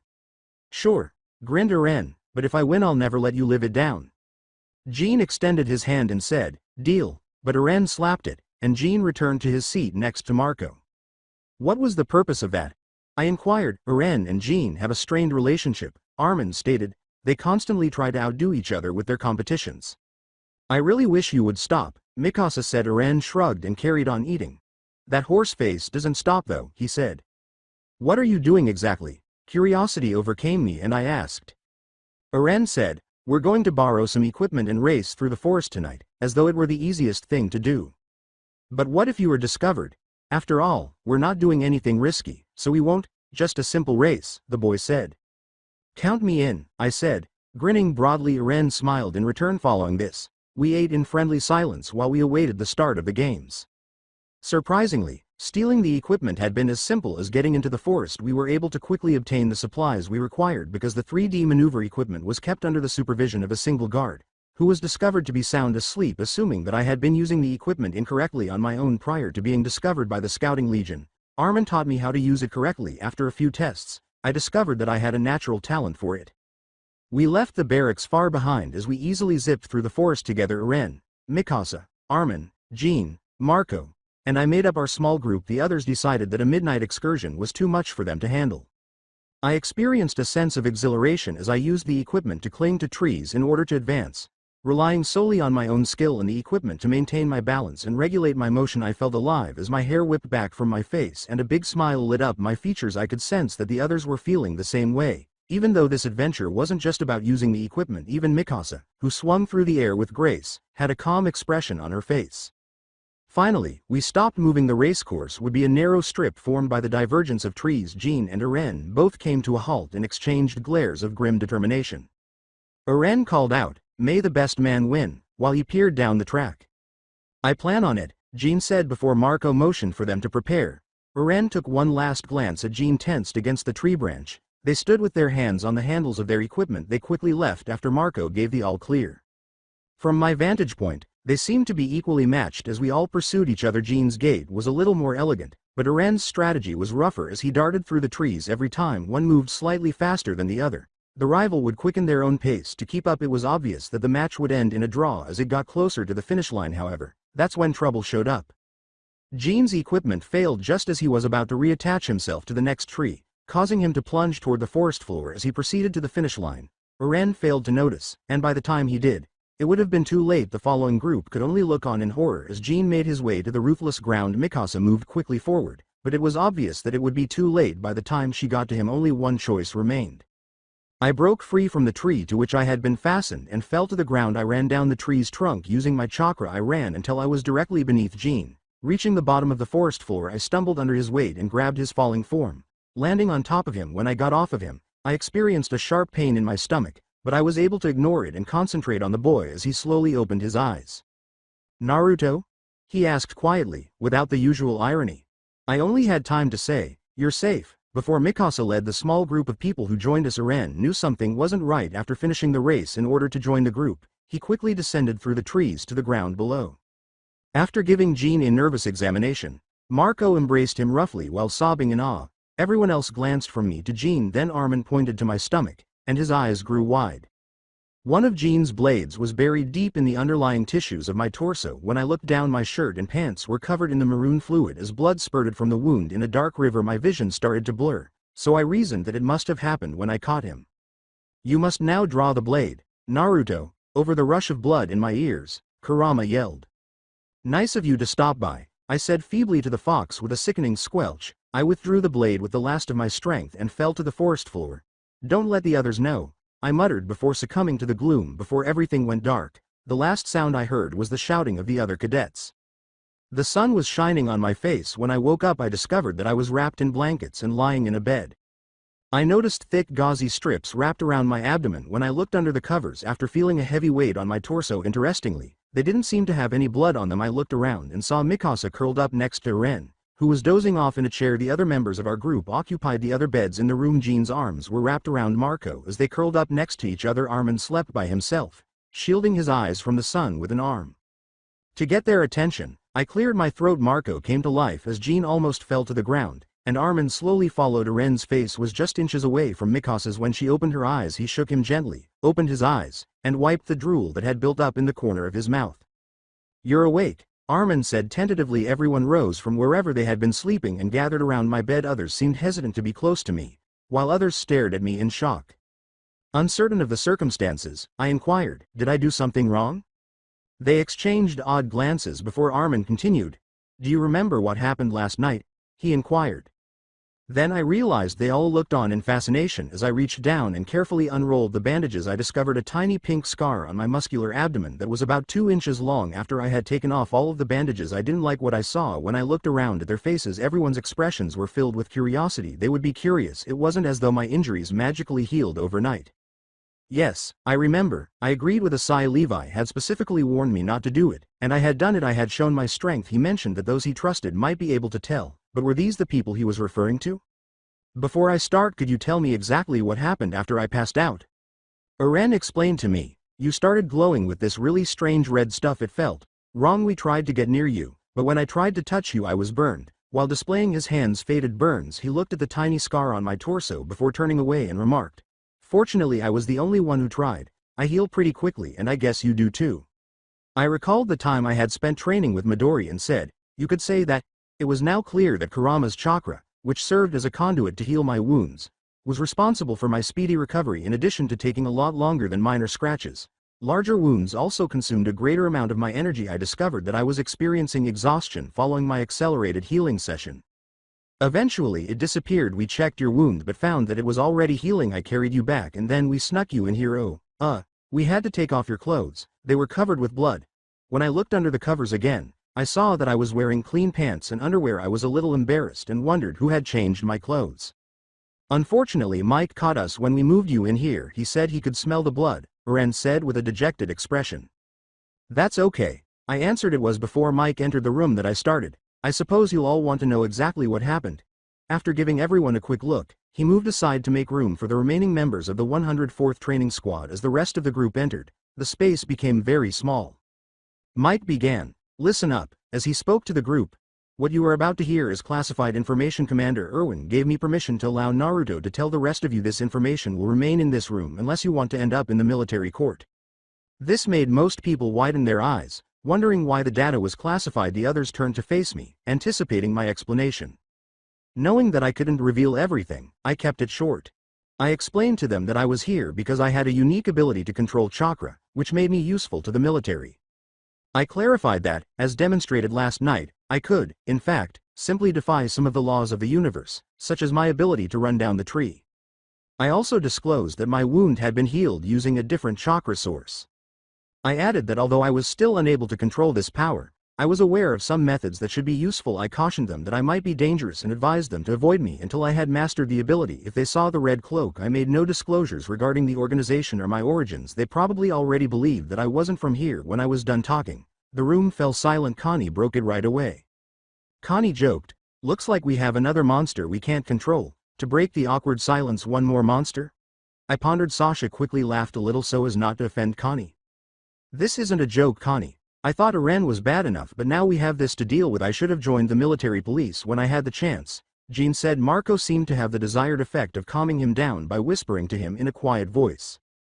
Mikasa glanced at Eren, waiting for a response, while Armin appeared to be lost in thought. Krista's eyes were worried as she gazed at me. Ymir, Reiner, and Bertholdt exchanged meaningful glances, but Eren spoke before I had a chance to ponder. Eren muttered, "I thought I was alone." In a low voice, Eren appeared thrilled at the thought. "I'm not the only one who can't control their power." "Wait a moment, what's your power?" I responded. "Eren can shift into a titan, he just doesn't have a good idea about how it works yet," Mikasa replied. I had only heard her talk a few times during my visit to the training grounds. Despite her quiet voice, she exuded strength, which made me realize that, aside from Mike, she was likely the biggest threat in the room. When I heard this, I was taken aback, even shocked. It was unbelievable to me that Eren, of all people, possessed this ability. I could tell that this wasn't a common ability in this world based on the uneasiness in the room.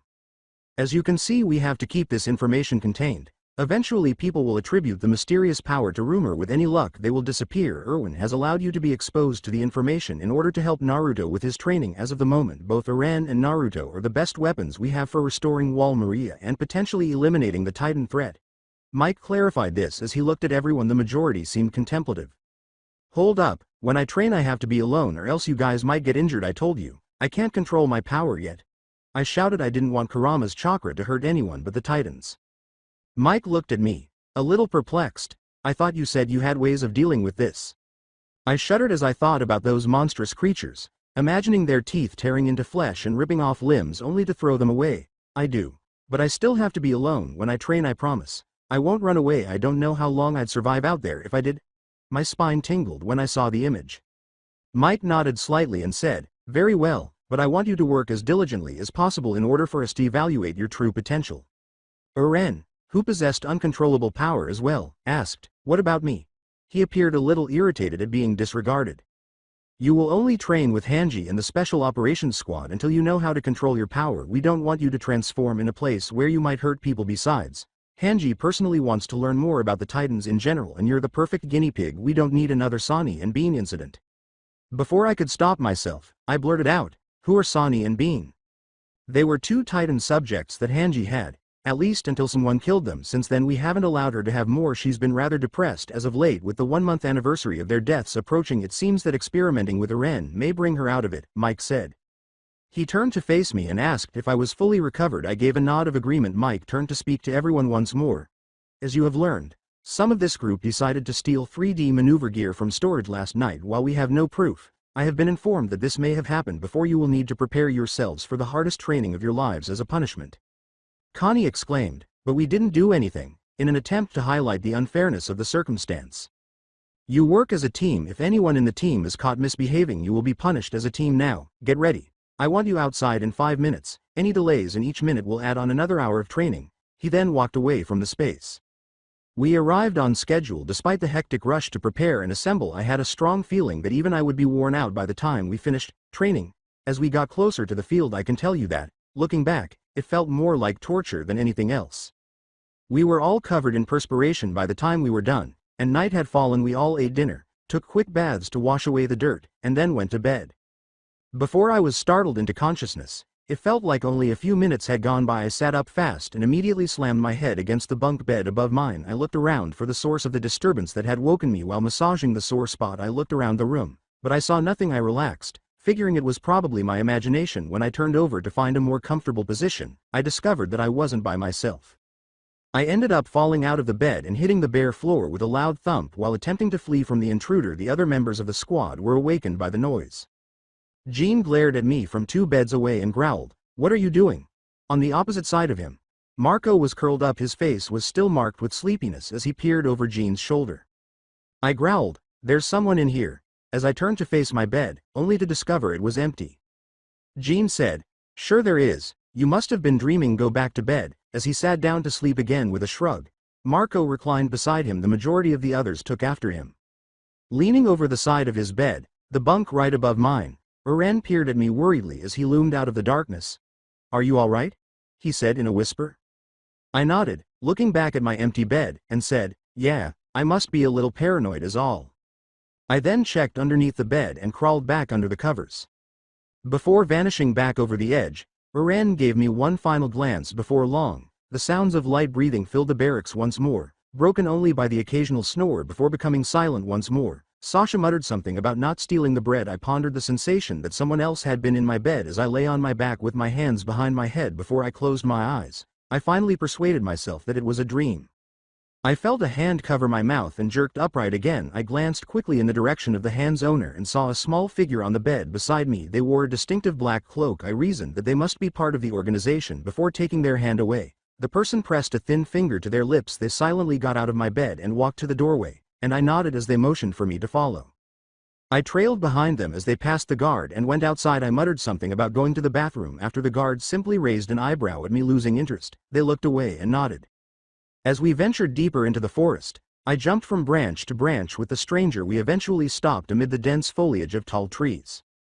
We stopped a few meters apart. As we got closer to the forest floor's leaf-strewn surface, I could distinguish this enigmatic person's features by the moonlight. To begin with, they had an androgynous appearance, but their small breasts made it clear that they were female. Her hair was bright orange, short, and styled in a pixie cut. She examined herself in return, her eyes a gentle lavender and full of anticipation. "Hello, I'm Ren. I work for the organization and tonight I'm supposed to help you with training," she said before I could say anything. "I don't really know much about you, but from what I've heard from Midori and Katsumi, you sound awesome. You took down so many titans at once. I can't believe you're still alive," Ren said passionately as he stepped closer to shake my hand. I gave in and said, Yeah, I suppose I'm lucky." The existence of someone like Ren within the company surprised me a little. In my opinion, she was barely older than a child. The member exuded an incredible amount of energy, like a tiny son. To think that I used to be perceived as hyperactive. "What was that about my training?" I inquired. Ren muttered, "Oh yes, well, let's see," while looking in her pockets. "That's right, Big Brother Katsumi gave you some tags, right?" I found the aforementioned tags in my pockets and gave them to Ren. "Katsumi never said anything about getting help from the organization." "I know, but the boss said we have to help more than we had originally anticipated. They said that in order for you to succeed you needed to be able to control your Biju's chakra as soon as possible." I acknowledged with a nod. "More assistance than they anticipated, eh?" I said, "Okay, when do we start?" Before a small fist struck me in the face. The impact knocked me unconscious as I was flung backwards into a nearby tree. As I stepped away from the tree, the trunk seemed to be slightly indented. As the small figure prepared for another assault, I yelled, "What was that for?" Without replying, Ren just rushed to me once more. As I fled by climbing a nearby tree, I turned to see where the redhead was, but I was pushed off the branch I was standing on and fell. I hit the ground with an agonizing thump. I was becoming very agitated. Who was she, according to this Ren person? I hurried to my feet and was once again in front of Ren. The member immediately punched me in the stomach, sending me flying with a whoosh. My breath left my lungs as I landed on my back. It was unbelievable to me that this was taking place. This shrimp was kicking my butt while I was still exhausted from my earlier workout. "How about you try defending yourself, Naruto?" snickered, interrupting the kitsune. My fox was now conversing with me. Could things get worse today? The heavens chose to dump their weight on the earth below as if they had heard what I had said. "What do you want me to do, Kurama?" Even if I tried to hit her, I couldn't as the droplets hit my head, I responded irritably. "There's always the option to do what you came for. You should do exactly what Ren said you needed to do.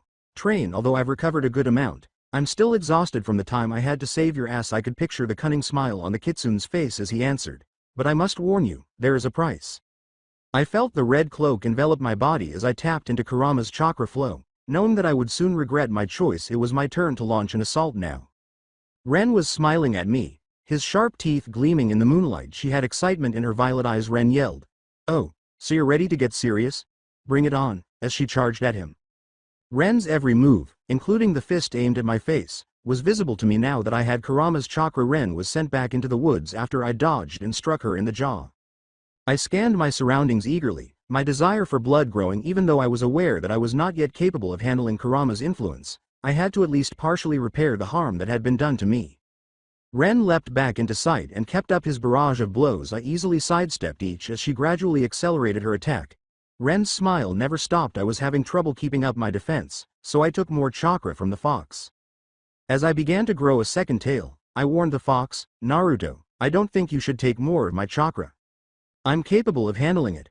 I yelled back. I sensed that I was losing control. Somewhere in the back of my mind I was losing control of my anger to make up for every kick and punch that got past my defense. I wanted to beat the organization member into the ground. I was no longer able to plan after what must have been at least 30 minutes. I ran purely instinctively and missed most of the time, leaving myself vulnerable to attacks. As I pulled on more of Kurama's chakra, I watched the world turn red, the atmosphere around me change. Becoming oppressive, I suddenly realized that I had overreached myself when I attempted to reverse the chakra's flow. I discovered that it had taken on a life of its own, encircling my body with its tendrils and sending sharp pains through every nerve ending. Suddenly, Ren came over and put a tag on my head and walked away. I fell to the ground in a heap of pain and exhaustion right away. "Ow," I moaned, slowly getting to my feet. "Why couldn't you have stopped me before?" Ren smiled broadly as she assisted me in standing up.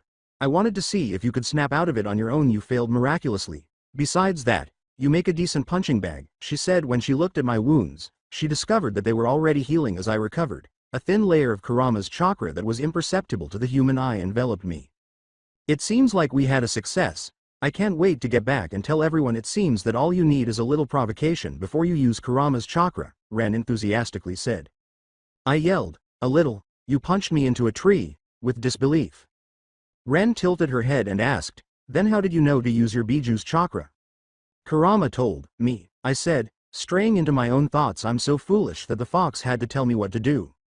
"I see you've figured it out. You need to work as a team. You have two minds with which to think. Kurama needs you in order to survive, and you need Kurama's chakra to become stronger. Remember this and you will succeed. I'll meet you back here in a week and I expect that you will apply what you've learned," Ren said as he disappeared into the woods. "Kurama?"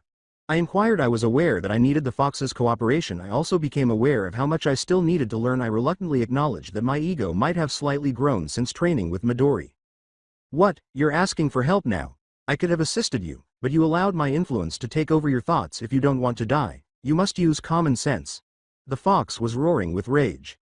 I flinched. I was aware that he was correct. I had trusted my gut and disregarded his advice. With a few more well-placed blows, I could have defeated Ren or at least made contact. The fox, who also relied on my survival, had been disregarded. I couldn't be the only one at fault, but I was still denying the reality. "However, you stated that you would charge me for your chakra. What was the purpose of all that?"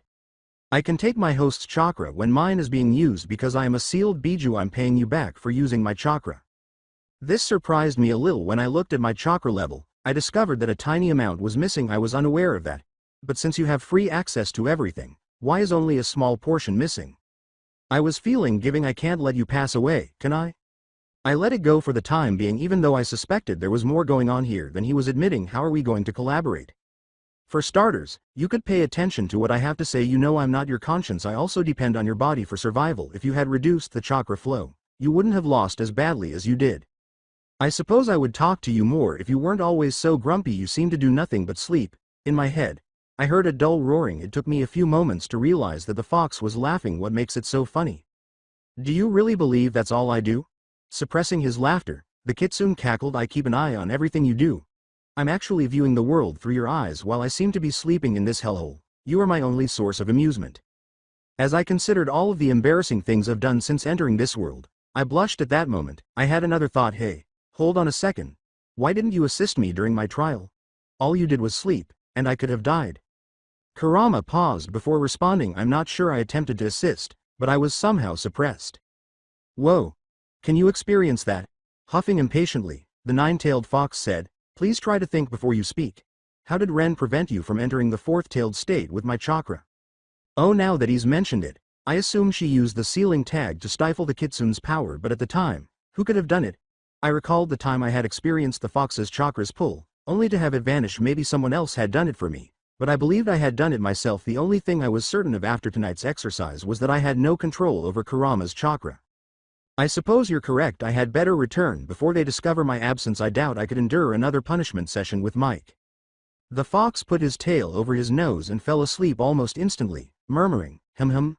I shook my head and hurried back to the base. Slipping through a window and past the guard without anyone noticing, I slipped into bed after discreetly changing my wet clothes, knowing that I would only have a few hours of sleep left before a resentful Mike would wake me up. I woke up groaning from an odd dream. I couldn't recall the specifics, but it had to do with an octopus that was wrapping. I got out of my warm bed and stretched, shaking my head to shake off any extra sleep. The other trainings were rushing around. They were aware that breakfast was a valuable meal that nobody wanted to skip. My muscles ached from yesterday's exertion, and I winced as I rushed to get dressed as well. Mike's training had come first, followed by Ren's physical assault on Naruto. The two together were exhausting. I didn't seem to realize how much it had cost me until now. The normally chatty soldiers were quiet as they huddled together around something in the dining hall when I walked in. Ren, Mikasa, and Armin and I navigated the crowd as we moved to the front of the group. Not a single word of protest was heard. The scene I saw chilled me to my very core, and I would soon regret that they hadn't stopped us. There was a soldier lying in a pool of blood. The body was severely disfigured. The soldier's body was covered in long gashes, exposing the underlying tissues that, in the event of death, had long since turned into a dusty puce. As if death's embrace wasn't enough to keep secrets from coming to light, their mouth was sewn shut with black thread, keeping their lips permanently sealed. Their eyes widened in shock and remained motionless, revealing their astonishment at such a brutal death. The killing blow was probably caused by a maroon gash that adorned their neck in a horrifying necktie. At the foot of the body, glistening in the dining hall candlelight, was the word, "traitor," written in blood. At first, it was difficult to tell who it was, but Mike Zacharias, Erwin's second in command, was identified by his height and sparse facial hair. Who could have done that? I believed that we were safe in the barracks, but it seemed that not even the military could stop every crime in this harsh world. As riders neared the building, their hurried hoofbeats echoed through the room, but they soon subsided as they arrived at their destination. As Commander Erwin and Lance Corporal Levi moved through the throng, the crowd parted like the Red Sea. Erwin knelt in front of Mike's corpse and reached out to shut his fallen comrade's eyes. He removed his cloak and draped it over his right-hand man's body. Levi watched with a neutral expression, displaying no emotion other than a flash of rage that turned the normally gray iris of his eyes into obsidian, exposing the whirling storm of rage beneath his uncaring face. Erwin asked no one in particular, who could have done this? They all kept quiet so that their commander could grieve. He shook his head and rose to his full height before assuming his dominant stance once more. There was a frantic rush as the majority of onlookers fled the scene in search of assistance. Someone needs to go get the medical staff. The body needs to be moved. Don't touch anything. All evidence must be kept in place. Someone else go get a member of the military police. This needs to be reported. Levi made a small gesture of support by holding onto his commander's shoulder. He abruptly let go of his hand and turned to face the remaining audience. We've lost one of our own and we will stop at nothing to find his killer. If anyone has any information, they will be expected to come forward, he said, casting a steely glance around the group. Levi and Erwin were left alone when the other soldiers departed, saying, "If you have nothing to say, leave." Erwin called, "Naruto, stay here for a moment." Ren, Mikasa, and Armin gave me hesitant looks as I turned to leave the front door. "Go on, I'll meet up with you later," I advised as I turned to face the commander. They left, satisfied. He trailed off. "Is there anything you can do?" While I shook my head, "Even with my power I can't bring back the dead," I responded. He asked another question after nodding to himself. "Can you detect anything abnormal?" I examined the area, being cautious not to tamper with any evidence. There wasn't much to see except the body. There were no footprints leading to or from the scene, and the blood was limited to the vicinity of the body. There were no indications of a struggle because the tables and chairs appeared undisturbed. I also sensed if something was wrong by using my chakra. After compiling my information, I informed the two commanding officers. "I'm no professional, but I'm pretty sure it was a surprise attack. I can't sense anything wrong with the energy surrounding the area." It looked as if his throat was slit first though, I stated, referring to Mike's broken neck. A voice called out from the doorway, "Ah, so this is where you keep the monster." The same man who had given the order to kill me in order to protect the city entered. Erwin asked with a brief expression of surprise on his face, "Nile, what are you doing so far from the inner wall?" He shot me a stoic glance and said, "I just wanted to see how the Scouting Legion was treating their newest member." "I'm just fine, thanks," I said, casting a chilly glance back. He said, deliberately ignoring my comment, "It seems like you've had a bit of trouble here." As he walked up to the body to see Mike's face, he drew back the cape Erwin had draped over the body. He looked at the body and said, "Such a shame. He was a good man and will prove to be a great loss to the military," pulling the cloak back over the body. "He will be missed," Erwin said calmly. "What do you make of the crime scene?" "Well, There doesn't seem to be signs of a struggle. Mike wouldn't be taken down easily in a fair fight. I'd say he was caught off guard. The question I have is why he was here in the first place. It seems odd that he would be here by himself in the early hours of the day. With a harsh tone, Erwin asked, "What are you getting at, Niall? The situation seems suspicious. That's all. This was a violent crime on Scouting Legion property. Why didn't anyone hear or see anything before this morning?" "If you ask me, the Scouting Legion doesn't need any more attention," he responded, pointing my way. "We're well aware," Erwin answered. "Thank you for coming personally." Niall looked at Erwin and nodded, his face softening. Just a few days after the trial, he saw that the fine lines around his eyes had become more pronounced. Being commander was becoming too much to handle. With a heartfelt, "I'm sorry for your loss," he comforted the commander by holding onto his shoulder. Erwin nodded, a faint, tired smile briefly spreading across his face. The commander asked, "Are you going back to the inner wall now?" Niall took his hand away and nodded. "I'll report this as soon as I get back. We need to catch the murderer soon. The last thing we need is more panic." "More panic?" Erwin asked. Niall seemed a little embarrassed by his verbal blunder. "I really shouldn't say anything," he said tentatively in response. "You can trust us," Erwin whispered. Despite his continued doubts, Niall made a decision with a determined expression on his face. "We've had troubles in the inner wall as well. Some leaders of the church have been disappearing. Their bodies appear a couple of days later in a similar manner to Mike's." Erwin angrily asked, "Why haven't we been informed of this? The top officials have been keeping it under wraps. I don't know what they're thinking. The last thing we need is to keep such vital information from the population. Rumors have been spreading and their dissent is increasing." "Sounds like they finally need the military police," Erwin said lightly, his expression still filled with conflict. "I wish you luck in your investigation." After giving a nod, Niall left the dining room. The medical staff entered with a stretcher and carefully placed Mike's body on it as he vanished into the courtyard beyond. In order to get the body ready for his pyre, they rushed out the door. The commander sighed, finally showing signs of sadness. "It seems like when one thing gets sorted out, another pops up," he said. "It is what you signed up for, Erwin," Levi said in a tone that was surprisingly gentle. "I know," the commander shot back in a more forceful manner. "It seems like we need to start our own investigation, Naruto." "Sir," I said, a little startled. I believed they were no longer considering me. "I want you to help if you suspect anything suspicious. Investigate. We need to have this solved as soon as possible, and I suspect that you may be key in doing just that." "Yes, sir," I saluted in response. Erwin formally dismissed me with a nod. The delightful scent of breakfast greeted my nostrils as I left the dining hall. As soon as I had seen the horrific crime scene, my hunger had disappeared from my mind. I went to join the other trainees, who were huddled in a close circle, ignoring the food. Jean growled angrily, "What do you mean you don't suspect him?" As he addressed Eren, I could hear his voice, and it made my heart ache a little. I didn't seem to have gotten along with the group as well as I would have liked. Jean must have suspected me of being the murderer. "He doesn't seem like the type of person to kill someone, especially like that," Eren replied, feeling a little chill as he considered Mike's physical state. "You don't even know anything about him. He could have been sent here as an assassin for all we know. Did you think about that? And what about his power? It's like nothing we've seen before. He could have easily killed Mike," Jean yelled. He quickly left the group and headed for the forest's edge, uncertain of their position in the debate. The group members took care of him when I did arrive. I pretended not to notice Jean's tantrum. With a look of guilt on his face, Eren looked up. Maybe he didn't believe me to be innocent as much as he said. Seeing the look of guilt on his friend's face, Armin got up and greeted him. "Hey Naruto, what did Erwin want with you?" "He wanted to see if I could discern anything about who Mike's murderer might be." There really wasn't much to go on, though he thought maybe I could use my power to find something he couldn't. Armin's eyes narrowed as he considered the situation. "He must have some trust in you then," he said critically. I asked the entire group, I guess, "Why did Jean go away?" When he eventually recovered, Eren responded to my query. "Oh, he's just mad about something. He's rather hot-headed if you ask me." Levi joined the trainees and said, "Isn't that the pot calling the kettle black?" Levi, Eren stammered in shame, his face dominated by a bright flush. "Tisk. It seems like it has become my job to babysit you brats. I expect you on the training field in 10 minutes. But Mike just died," Connie exclaimed, startled after such a tragedy. He had been secretly hoping for a day off.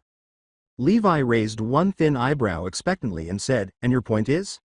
"It just seems disrespectful that we should train on the day he was murdered," Connie said uneasily. For once, Sasha had nothing in her mouth as she nodded in agreement. Even she appeared to have lost her appetite. Levi said, "Listen up, I'll only say this once," in a firm voice. One of the best members I've had the chance to work with has passed. You need to prove that he has not died in vain. You will honor his memory by applying your training as long as you work in the military. This includes today. I'll see you in 10 minutes, he said, then left to get on his horse. His horse took off in a gallop when he snapped the reins. Marco said, I better go get Jean, and then he bolted, not wanting to be punished anymore. The rest of us trailed behind Levi. I could only imagine what Levi's customized method of discipline would entail if I believed Mike to be a bad person. We were dismissed following several laps around the exercise field, several exercises using 3D maneuver equipment, and some combat training. By the time we cleaned up, the sun had already set. The majority of the attendees for Mike's farewell outing had already assembled by this point. We were required to observe the event as well because we were the group that had trained under him, even for a brief period of time. It was a silent event. Erwin gave a brief farewell speech before placing his body on the pyre, and touching him he brought the flame and the kindling together, and the flames licked up the steeple and ate the corpse inside, causing a spontaneous reaction. Shortly after, the trainee group departed until dawn. Those who had known Mike the longest would keep a silent vigil. When we got back to our barracks, I realized Sasha was gone. She appeared just as I was about to inquire about this. The concealed objects beneath her clothing were causing them to bulge at the seams. Connie got up from his bunk and asked, "What are you hiding?" Sasha hissed, "Shush," and put a finger to her lips. She returned to the door and locked it. Then she pulled her jacket open, revealing multiple hard liquor bottles underneath. We both widened our eyes. Although we were all aware of Sasha's mild insanity, stealing alcohol was obviously suicidal. "Where did you get that?" Connie asked in awe as she whispered. She said, "It was out in the open. The others are all drunk. They won't even notice," as she filled cups to the brim with liquid. "In my village we don't mourn the dead, we celebrate their life. I thought we could use the same tradition here. But none of us are old enough to drink," Krista clarified, clutching her cup as though it held a deadly substance. "Come on, Krista, live a little," Reiner yelled as he gulped down his cup, shutting his eyes against the disagreeable aftertaste. He poured himself another, following his lead. We all did the same, spluttering a little at the taste. We were able to generate a strong buzz very quickly as the drinks were still being passed around. Some careless behavior was encouraged. On one of the bunk beds, Connie and Sasha made out.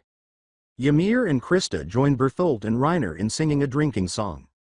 They were actually pretty good, though maybe that was just the alcohol talking. Mikasa, Eren, Marco, and Armin played charades as they acted out scenes from different books they had read. Armin and Marco were quite the team. Eren tried to focus his confused thoughts and hissed in frustration. He disregarded Mikasa's attempts to hint at things. Eren gave up and she just replied to each, something like, "This is the last time I play with bookworms." I was taking pleasure in the chaos until I saw that Jean had distanced himself from the events and was holding his drink in his cupped hands. I walked over to sit quietly next to his prone body. "What do you want?" he asked sternly. He looked around with a sour grimace on his face. "What do they think they're doing? They're acting like complete idiots. Someone was just killed and they ignore it as if nothing happened." I looked at the gathered crew and said, "They're just celebrating Mike's life." After giving it some thought, I remarked, "The alcohol might have been a bad idea though," as Connie and Sasha joined in and began playing Spin the Bottle with Reiner, Ymir, Krista, and Berthold. Reiner puckered up as Connie's spin hit him, causing anxious perspiration to form on his brow. Jean took a sip from his cup and snorted back. After a brief period of silence, Jean resumed, "Death isn't something to be celebrated, it's the end. You're only alive for so long before you're gone forever," Jean bitterly stated. His face softened a bit as he glanced up at Marco. I said in a low voice, "It sounds like you know a lot about it." Jean kept his gaze on his friend before he answered quietly. His voice was nearly drowned out by the din of the others. "I almost lost him. You know, it was someone like you, without the brainpower to tell their left from their right, who caused it," he said, continuing to drink. I refrained from interrupting the little jab because I knew better. The Titans had broken through the gate and there was chaos everywhere. The shouting was terrible. The Titans just killed every living thing in their path. My team couldn't do anything as we watched our comrades being killed off. We met back with Marco's group shortly after. We were all running out of fuel. This other cadet panicked and tried to escape using his gear like an idiot. Marco followed after, trying to get him to listen to reason. That was when the Titan showed up. Jean's eyes were unfocused as he clarified what occurred. It seemed as though he was only focused on the terror of the memory and had lost awareness of his surroundings. He shuddered as he explained. The Titan swiftly grabbed the soldier. I didn't even know his name, and nobody could help him. But after the Titan was finished with him, he noticed Marco before I could do anything. Marco was swatted out of the air. Mikasa was able to catch him before the Titan could grab him. That was when she ran out of fuel. Ren came in his Titan form and unknowingly saved them. "We were lucky," he said in a whisper. "That's why I can't trust you. You'll likely get another one of us killed." Before I answered, I sat in silence for a while. visualizing the horrific events as his story replayed itself in my mind. I think I understand now, but I would never allow a comrade to be killed because of my actions. I know it will take a while for you to trust me, but I will earn your trust, I said with determination. I jokingly threatened. Now you need to join this celebration or else I'll tell Marco. Not that, Jean retorted mockingly. He stood up slowly and met my gaze. He nodded slightly and said, thanks. Before leaving to join the others, who were now fully drunk, I shook my head and did as he said. It wasn't until the sun began to peek over the horizon early the following day that the celebration of life came to an end. Many were unable to get to their beds on the top bunk, so they slept on the floor. Even in the face of such tragedy, the future appeared more promising, that is, until a few hours later, when Levi entered. The lance corporal shouted, "Oi brats, wake up," as he entered the barrack. As they opened their eyes, the trainees moaned from a mix of headaches and drowsiness brought on by excessive alcohol consumption. With their fists clenched over their hearts, they staggered quickly to their feet and stood to salute Levi. The corporal questioned suspiciously, "What are you doing?" "Saluting, sir," was my reply. In the military, saluting a higher-ranking individual was a customary and respectful gesture. That Levi would inquire about such a routine activity was odd. "Not that," he remarked irritably. He fixed his gaze on Sasha, who had been using her toe to prod something beneath a bed. Sasha stopped fidgeting and looked guilty. Levi approached to retrieve the empty bottle. Nobody had considered gathering the evidence in the wake of last night. Levi looked at the bottle with disgusted, narrowed eyes. "Where did you get this?" We stood with perspiration on our brows and no one responded. We ought to have anticipated this. Since Mike was no longer in charge of our training, Levi would naturally come wake us up. Compared to the lance corporal, Mike could as well be a saint. It was difficult to distinguish Levi's grimace from his usual expression as he looked around the room. Bare mattresses had sheets hanging from them. The room was littered with pillows and blankets, and a couple had broken up during the night, leaving clouds of feathers on the floor. The room smelled strongly of vomit, a little mound of it sitting in one corner. Levi looked around at the damage, his face quivering a little. After saying, "Clean up this filth and meet me on the training field when you're done," he left the room and slammed the door. In relief, we fell to the ground. I knew I wasn't the only one who believed it would be much worse. I got back up and said, "I guess we should probably start cleaning." We all immediately got to work cleaning up the mess. We swiftly restored the room to a stable array by working hard. There was only one corner left, the one area of the room that nobody wanted to clean. "Whose is it?" Connie asked, surveying the bile heap from a distance as though he could identify the mess's owner based only on appearance. Nobody was able to respond with absolute certainty. The majority had managed to get outside before emptying their stomachs, but many had puked.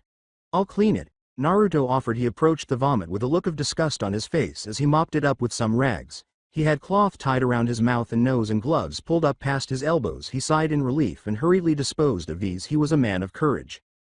I looked around the room and gave it my approval. I was the only one who had noticed Levi's cleaning habits. If the room was to live up to his expectations, it had to be immaculate. We then took quick baths and changed out of our filthy clothes before meeting Levi on the training field. At least most of us appeared respectable. I pondered whether anyone else experienced the same sensation of having cotton inside their head. I squinted in an attempt to shield myself from the sun's intense rays, which I assumed was another consequence of drinking too much alcohol. A regretful rumble in my stomach accompanied my thoughts of breakfast. I didn't believe I was in worse shape, but I was aware of how awful I felt. Reiner looked around while holding a hand to his head and one eye open. Although Mikasa appeared fine, I doubt she had much to drink. A pit of jealousy formed in my stomach as Naruto appeared utterly unaffected. The rest of them were left hanging in various states. I would have to remind myself not to listen to Sasha ever again, especially when it came to celebrating when alcohol was involved. My focus was swiftly diverted from the idea when Levi got off his horse. No matter how much time I spent with him, his diminutive size still shocked me. He stated bluntly, "I hope you've succeeded in cleaning your barrack. I will be checking it regularly from now on. You will be receiving a punishment for your actions last night, but that will wait," leaving no opportunity for disagreement, not that there would have been any. Erwin has decided that it has become critical for Ren to train in his Titan form. My team will be assisting in the rest of your training from now on. From what I gathered from Mike's last report, you still have much to learn if you are to stay alive and remain an asset for the Scouting Legion. As he spoke, the remainder of his group emerged out of the foliage on horses. Today there will be a focus on horseback riding. You will find this to be an important skill. Moving from horseback to 3D maneuver gear is necessary for many of our team maneuvers. Holding the reins of horses of all shapes and hues, Levi's group approached. We had a quick introduction between his team and ours. Naturally, I already knew everyone. When she dismounted, Petra smiled and gave me a quick hug. A hooded horseman approached, and the sound of heavy hoofbeats filled the clearing. The rider leapt off the horse before it had completely stopped, rolled tightly, and then leapt to their feet. Levi looked frustrated but not alarmed. "Hanji," he complained in greeting with a broad smile. Hanji took off her hood. "I heard we were experimenting today. I didn't want to miss it." "You wouldn't have, we still have other things to do before then." "Oh good, I wouldn't miss the chance to see you harass the newbies for anything, except maybe Titans." Levi's only reaction was to roll his eyes. He paired each of us with a horse and gave us a few sugar cubes so the horses could warm up to us. He had assigned me a horse that I already knew well. I raised my hand for examination, and the bay gelding snorted back. I stroked his long neck and grinned. I turned to check on the other members of the team. Their mounts appeared to have accepted them. Sasha was swooning over her sorrel bay mare. To the horse's delight, she slipped some sugar cubes from her pockets. Reiner was given a big black stallion that fit his stature and physique.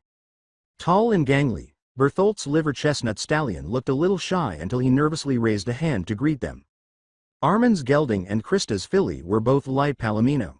Ymir's chestnut mare appeared just as uninterested in the events as her rider. Jean's horse gave him a gentle neigh, suggesting that he was friendly enough. I guess we weren't the only ones who noticed the similarity, because it appeared to me that the horse was welcoming another horse. As she nuzzled his palm, Marco's dapple-gray mare appeared to have a sweet disposition. Mikasa was calmly greeted by her pearl mare with some encouragement from Sasha. Connie approached his short blue roan gelding slowly while holding a sugar cube. Looking at the animal anxiously, Connie laughed as the gelding approached the boy and licked his hand while flicking his ears. Naruto was the only one who appeared to be struggling.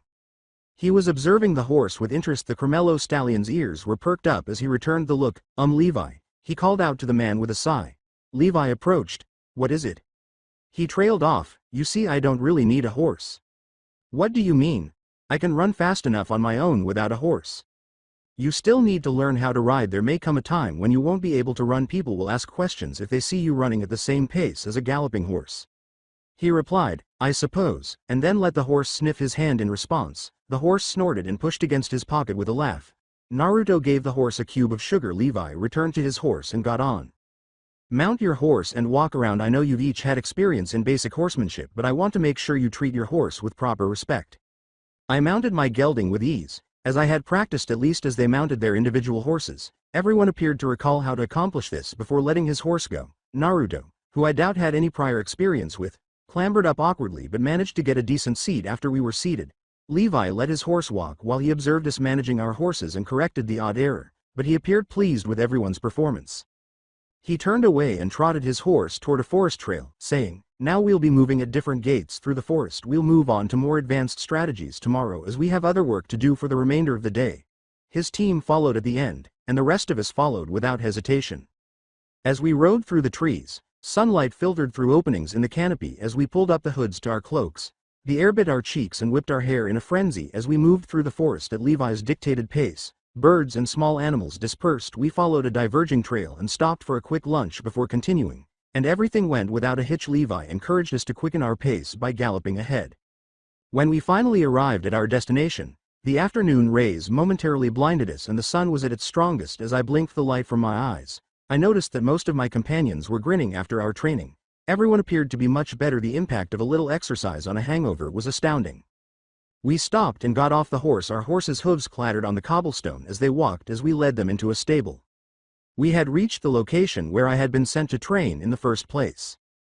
The dilapidated house appeared somewhat better than it had at the time, as though someone had come to repair it. We had to thoroughly clean each stall and brush down our horses before we could finish the horseback training. The opportunity to sat itself with fresh hay and water caused my bay to neigh in gratitude. When we were finished, Levi marched back outside and guided us to a well. We knew we passed the well before he paused to turn around, which surprised me.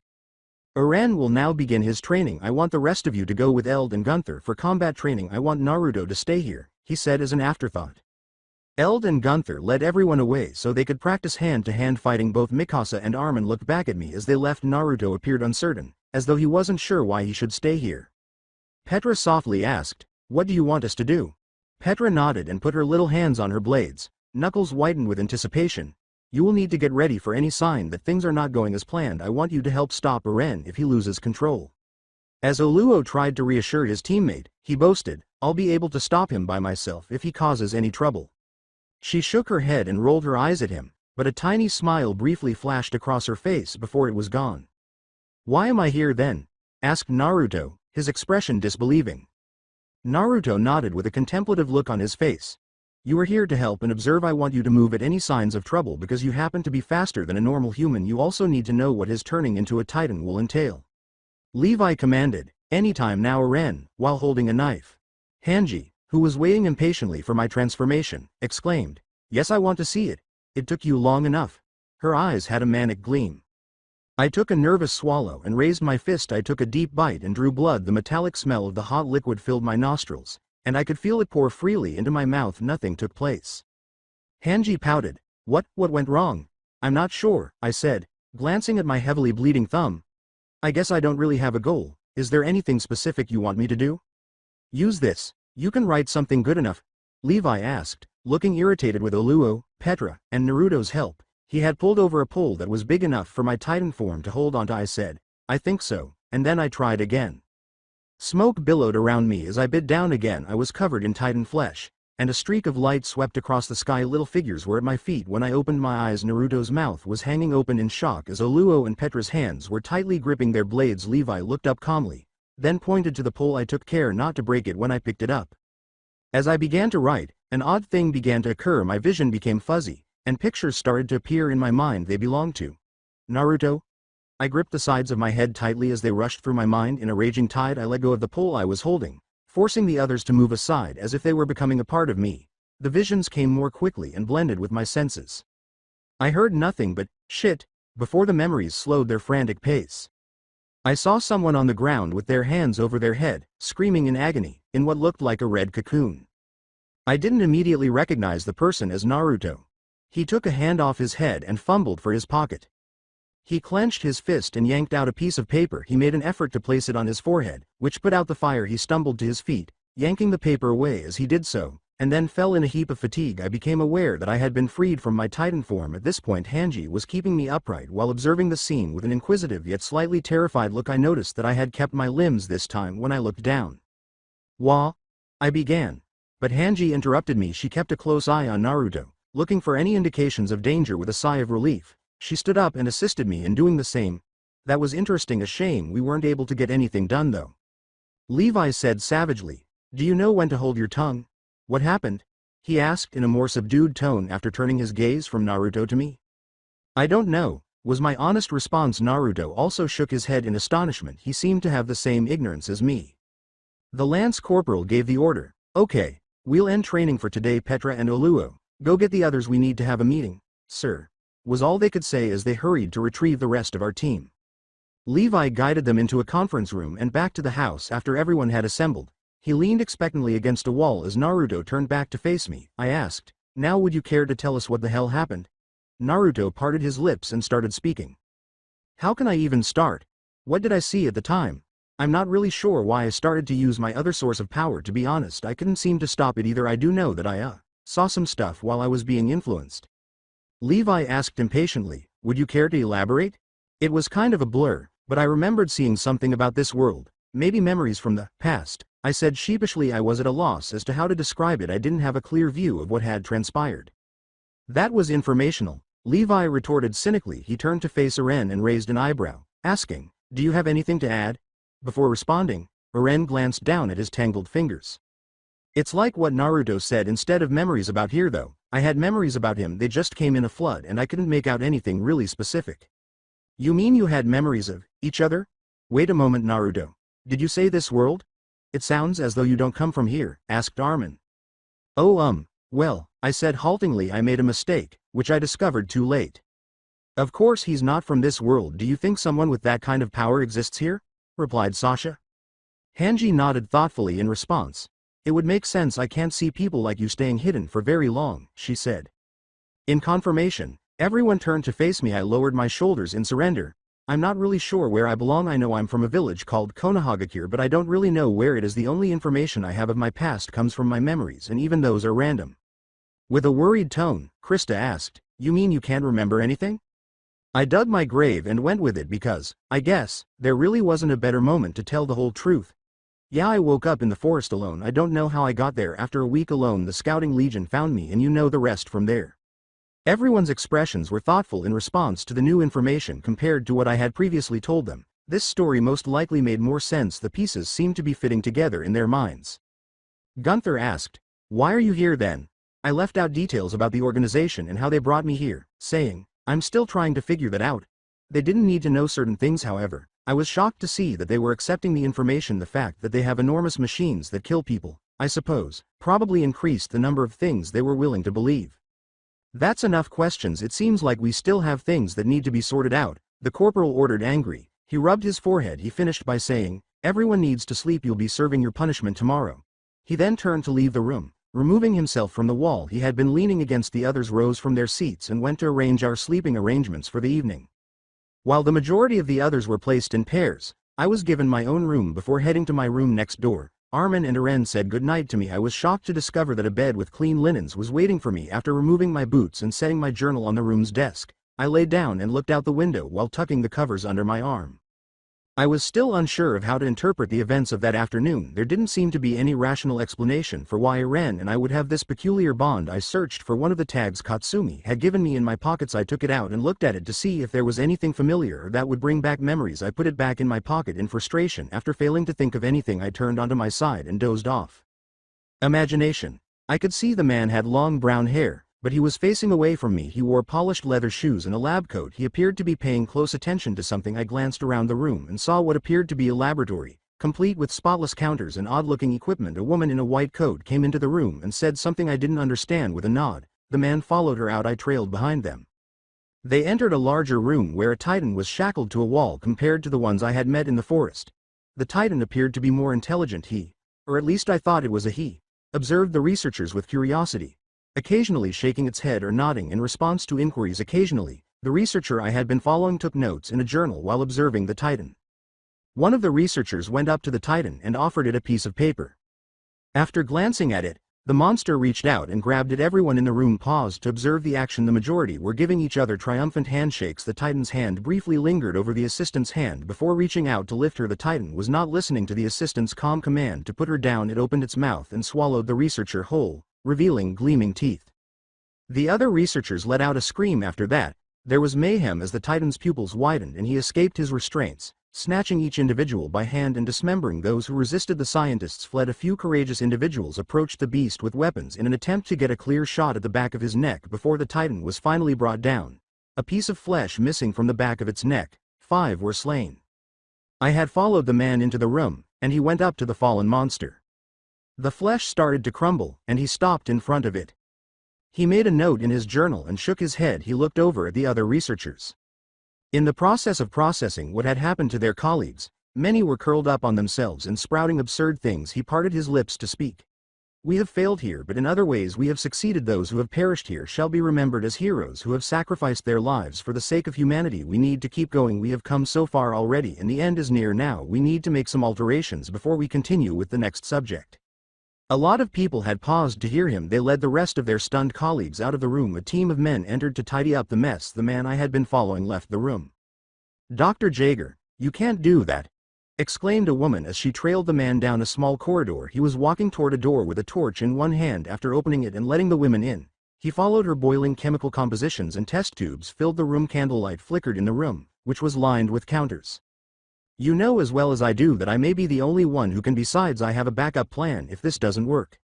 When he pulled a syringe from a drawer, the women gasped. He stepped into the room and went to one of the counters to retrieve a bottle. He sucked the serum up the needle by puncturing the top of the syringe. He rolled up his sleeve and tied a cord roughly around one arm. His face was gentle as he gazed up at the women. Carla, you should go now. You know as well as I do that I may be humanity's last hope. Besides, you should worry more about the little one. Carla touched her slightly swollen belly, and her eyes grew wide. But Grisha, she said, turning her stormy gaze back to the man, who shook his head. She clenched her fists after taking a nervous gulp. This baby is yours too. Promise me you'll be fine. The woman nodded in agreement and quickly left the room, disappearing from view.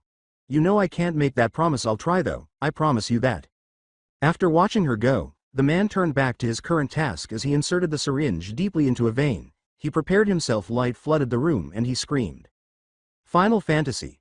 The sound of screaming faded from my ears, and I awoke with a start after taking in what I had just witnessed. I walked over to the desk after lighting a tiny candle. I opened a new page of the journal Katsumi had given me. I picked up a quill, dipped it in a pot of ink, and wrote down what I saw.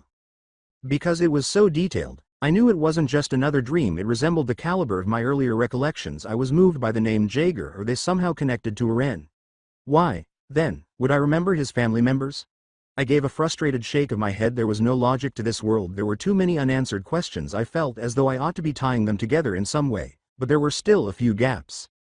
Until I was certain that the information was accurate, I went over the entry once more. One thing I really didn't want to forget was this. For at least this, I was reluctantly grateful to the organization. I wouldn't have considered keeping track of my time here on my own, but they gave me something to do so. I could see a light pink hue on the horizon as I peered out the window. Soon, the sun would arrive. Before I went to make the bed, I gave my ruffled sheets a longing glance. I'm fairly certain that I would never have made my bed in my previous location, but since Levi would likely be up to see how the room was doing, I made sure it was immaculate before I left.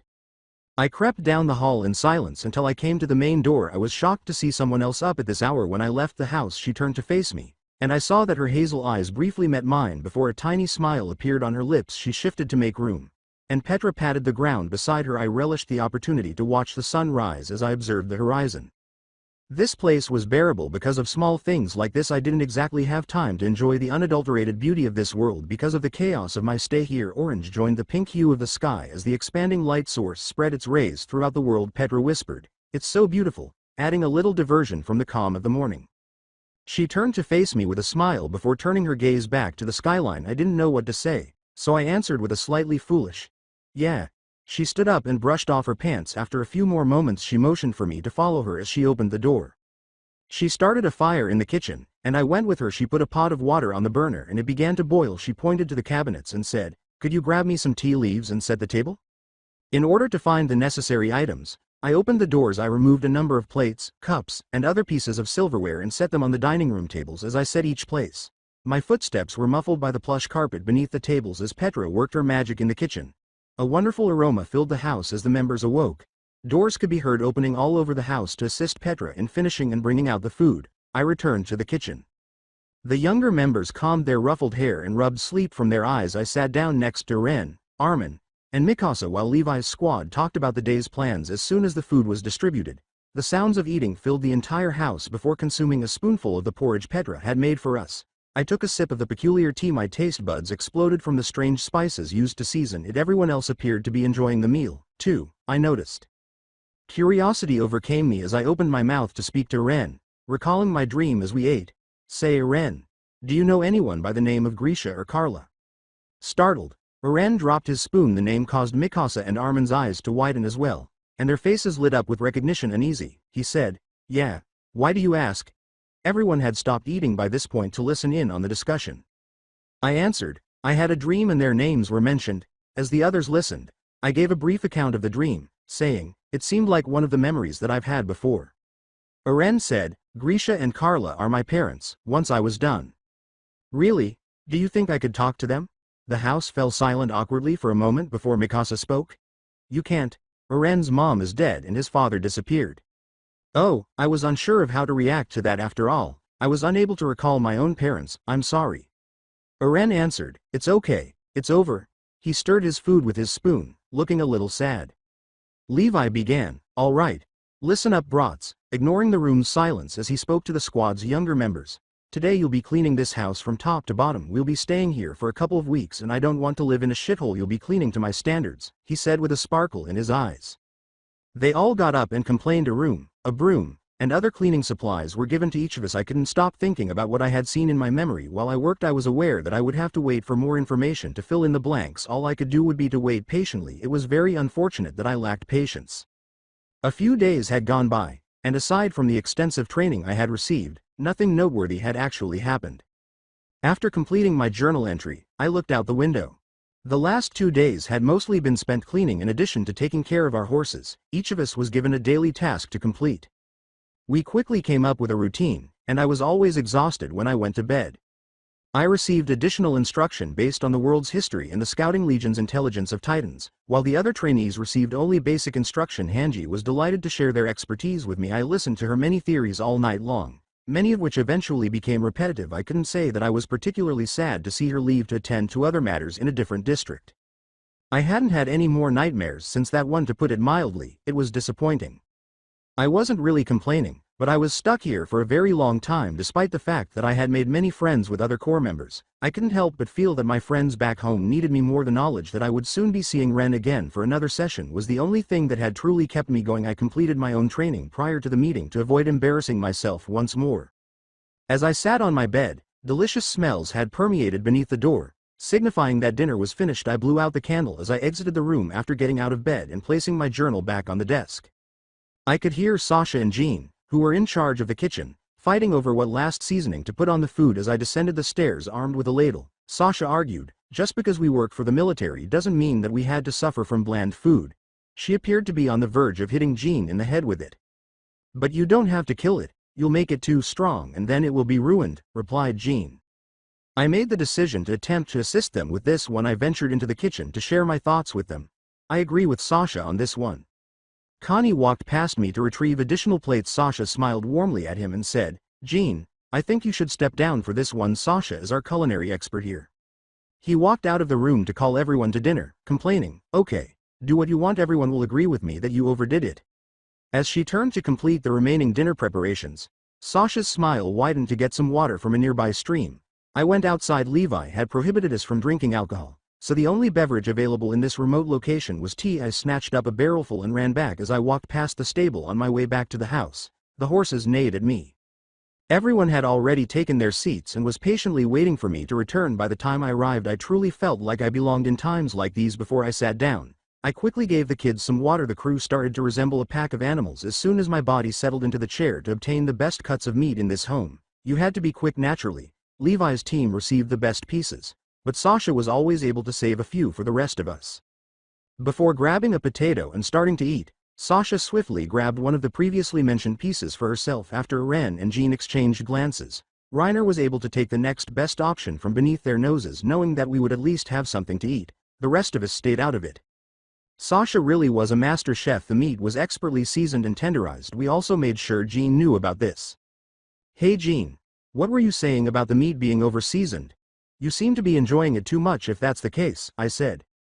Connie grinned broadly and said, yeah Jean, I can't believe you would enjoy something this delicious. I thought you only liked things that were bland. The underlying compliments made Sasha flush with pleasure. Guys, cautioned Marco, looking anxiously at Jean, who was gradually flushed with rage. You know what guys, I think I know why he thinks it has too much flavor. He just wants to go back to eating plain old oats and hay. Laughter, and his remark made Connie and I laugh. For Jean, this was the last straw. He gave each of us a glare of barely concealed rage. I believe I would have died if appearances could kill. After finishing what remained on his plate, Jean rose from the table and vanished into the kitchen. Krista gave him a worried glance. Marco nodded in agreement, saying, you really shouldn't taunt him like that. But it's so easy. I smiled in response. Ren and Connie both smiled at me after the conversation. Reiner had a slight smile on his face. Berthold looked anxiously after Jean, while Ymir appeared bored. You know he doesn't take these things too lightly, Armin remarked in a frustrated tone. Mikasa continued, Ren, you really ought to know better by now. I know, but it's like Naruto said, it's easy to get a rise out of him. We then had a quiet conversation while we finished our meals before I went to Petra, who had a pile of books in front of her in the dining room. Connie and I cleaned the dishes. She had been chosen as the most qualified person to teach me about history before we were done. It felt like an eternity. My thoughts kept returning to the training session from tonight. Are you okay, Naruto? You usually seem so excited to learn, Petra said, frowning slightly. I gave a fake yawn in response, saying, yeah, I'm fine, just a little tired. Alright, we'll finish for tonight then. There isn't too much more we need to cover before we're done here. The recorded history is kept under tight security by the church, so there really isn't too much to learn. Really? I asked, astonished. I didn't think the general public should be kept in the dark about history. Yeah, you have to go through the church to get any restricted information, which then has to go through to the monarchy in the inner wall. It's really too much of a bother. So few people really do it. You could say that I'm an exception to the rule. It was one of the reasons that Levi selected me for his squad, she said proudly. I gave this some thought. According to what I had been told about this place's history, the government and the church seemed to be closely, possibly too closely. In my opinion, I brought the assigned reading up to my room after thanking Petra for the lesson for the language Jutsu Midori had given me. I owed the organization even more. It also appeared to be capable of translating Rin language. I would only need to learn one less thing from this location. I cautiously shut the door behind me as I entered my room in order to get Armin and Eren to leave me alone. I had bid them good night while pretending to have a headache. I waited until there was no more light beneath the door, which meant the other residents were getting ready for bed. Eld was placed on first watch for the evening, so I hurriedly unlocked the window's latch and climbed to the roof to get away. In order to prepare for the meeting with Ren, I had sneaked out of the house the previous few nights to practice using Kurama's chakra. With the aid of cage buncheons to expedite the process, I could now use up to 2 taels worth of power without getting carried away. I discovered that using it required me to concentrate on maintaining my composure. I had been successful thus far, but I hadn't been able to use it with anyone's assistance, so I wasn't sure how I would be able to keep control during combat. As Katsumi explained, I was aware that the tags would soon be worthless. As I ran to where I had first met Ren, I felt for the necklace around my neck. Holding the cool citrine stone gave me a sense of comfort even though I didn't yet know what it would entail. It was a small comfort to know that I would have a backup plan in case I lost control. "Are you ready, Kurama?" I questioned the fox. "Shouldn't you be asking yourself if you're ready? I'm Konoha's demon fox." "Hey, I just wanted to show consideration. We are partners, after all," I added, grinning a little. In the broadest sense of the word. Even now, I wish I could escape this container. I wish I had more freedom. Humans can't even begin to imagine what I would be like if they believe that titans are evil. I rolled my eyes as the fox dreamed of a reign of terror. He would only be free in the unlikely event that I passed away, and I would take him with me. "Yes, but you must concentrate for the time being. I don't want a midget to kick me in the ass once more." "All right." The fox snarled in mild irritation. Over the past few days, he seemed to have at least somewhat increased his acceptance of me. However, he still experienced occasional outbursts of his natural impulse to cause catastrophes. I would have to wait for it to pass and cease using his chakra. I was fortunate that his outbursts and tirades about what he would do if given the opportunity hadn't bored me to death. I gently tapped into the red chakra flow that was located close to the seal's center. It slithered slowly across my skin. Glowing red, my slightly sharpened nails protruded from my nail beds when I raised a hand. I had never used his chakra outside of meditation before, so I was unaware of the full extent of the physical effects. In light of the fact that I already knew the fox was frightening enough, I could only start to imagine what aspects of him had influenced my appearance. When I eventually arrived at my destination, I used my keener sense of smell to locate Ren. To my surprise, the small girl's scent was accompanied by a new one. She was a medium-built woman who came out of the woods. Her porcelain face was framed by her amber hair, which was pinned straight and pulled back in a loose bun with bangs. One moment her eyes were a calm green, the next they were icy blue. The shift somewhat captivated me. A ghost of a smile crossed her face as she studied me. "You made it. I was starting to think that you died while I was gone," Ren exclaimed. I questioned sourly, "How can you have such little confidence in me?" "Not that I was completely without hope." "I've told you it's rude to say things like that," the stranger chastised. "Ren, would you mind your manners?" She walked over to me with such grace that she didn't disturb the twigs and leaves beneath her feet. "Umi is my name. It has been decided that I will assist with your training as well," the stranger was greeted. Ren crossed her arms impatiently in front of her chest and said, "All right, now that's out of the way, let's get to it." Her voice had a soothing quality, and I could feel my nerves fading as I was influenced by it. She yelled as she got closer to me. Raising her arm as she ran toward me, I was able to see the path she was going to take with Kurama's chakra, so I quickly ducked and slammed my fist into her stomach, causing her to exhale as she was thrown into a tree. "Wonderful. You have improved, which means I don't have to hold back," she exclaimed as she pulled away. As I moved to meet her again, she ran towards me. The battle went on in a flurry of fists and feet, moving so quickly that we would appear to be nothing more than a blur to a normal human. I soon became agitated as my attacks were met blow for blow with Ren's, and neither of us seemed to have the advantage. Now that I had mastered some of Kurama's power, I gradually increased the flow and felt the second tail form. My control wavered a few times, but I felt mostly in control. Kurama watched the battle with interest from inside his cage, occasionally offering his insight. This was the most action either of the week.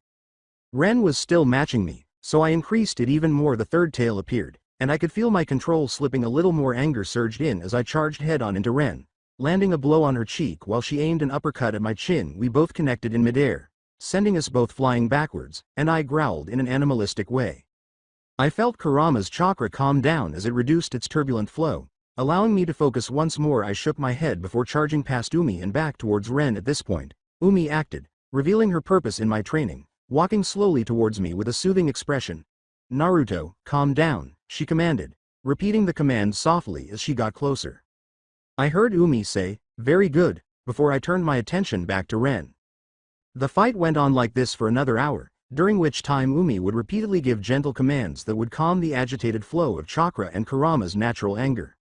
At the end of the hour, I was unable to hear Umi's voice or her gentle commands, and as Kurama's chakra became overwhelming, the raw energy began to gather around my body in a suffocating flow, causing pain to explode as my skin was ripped to pieces by its pressure. I screamed in agony. The smaller, more sensible side of me was expecting Ren to assist me like she had the last time, but this time she didn't. Kurama's chakra became denser as it started to form a thick cocoon around my abused body, and I screamed again before all sound was eliminated from the world. I tried to stay focused, but found it almost impossible in this position. When I opened my eyes, I saw that I was in Kurama's sewer prison, and although I could still see my body, it appeared to be from the perspective of an outsider. I was the monster I had feared I would become, crouching on all fours with my muscles clenched and ready to charge at Ren. As I growled a challenge, Ren took a small step back and pointed to Umi.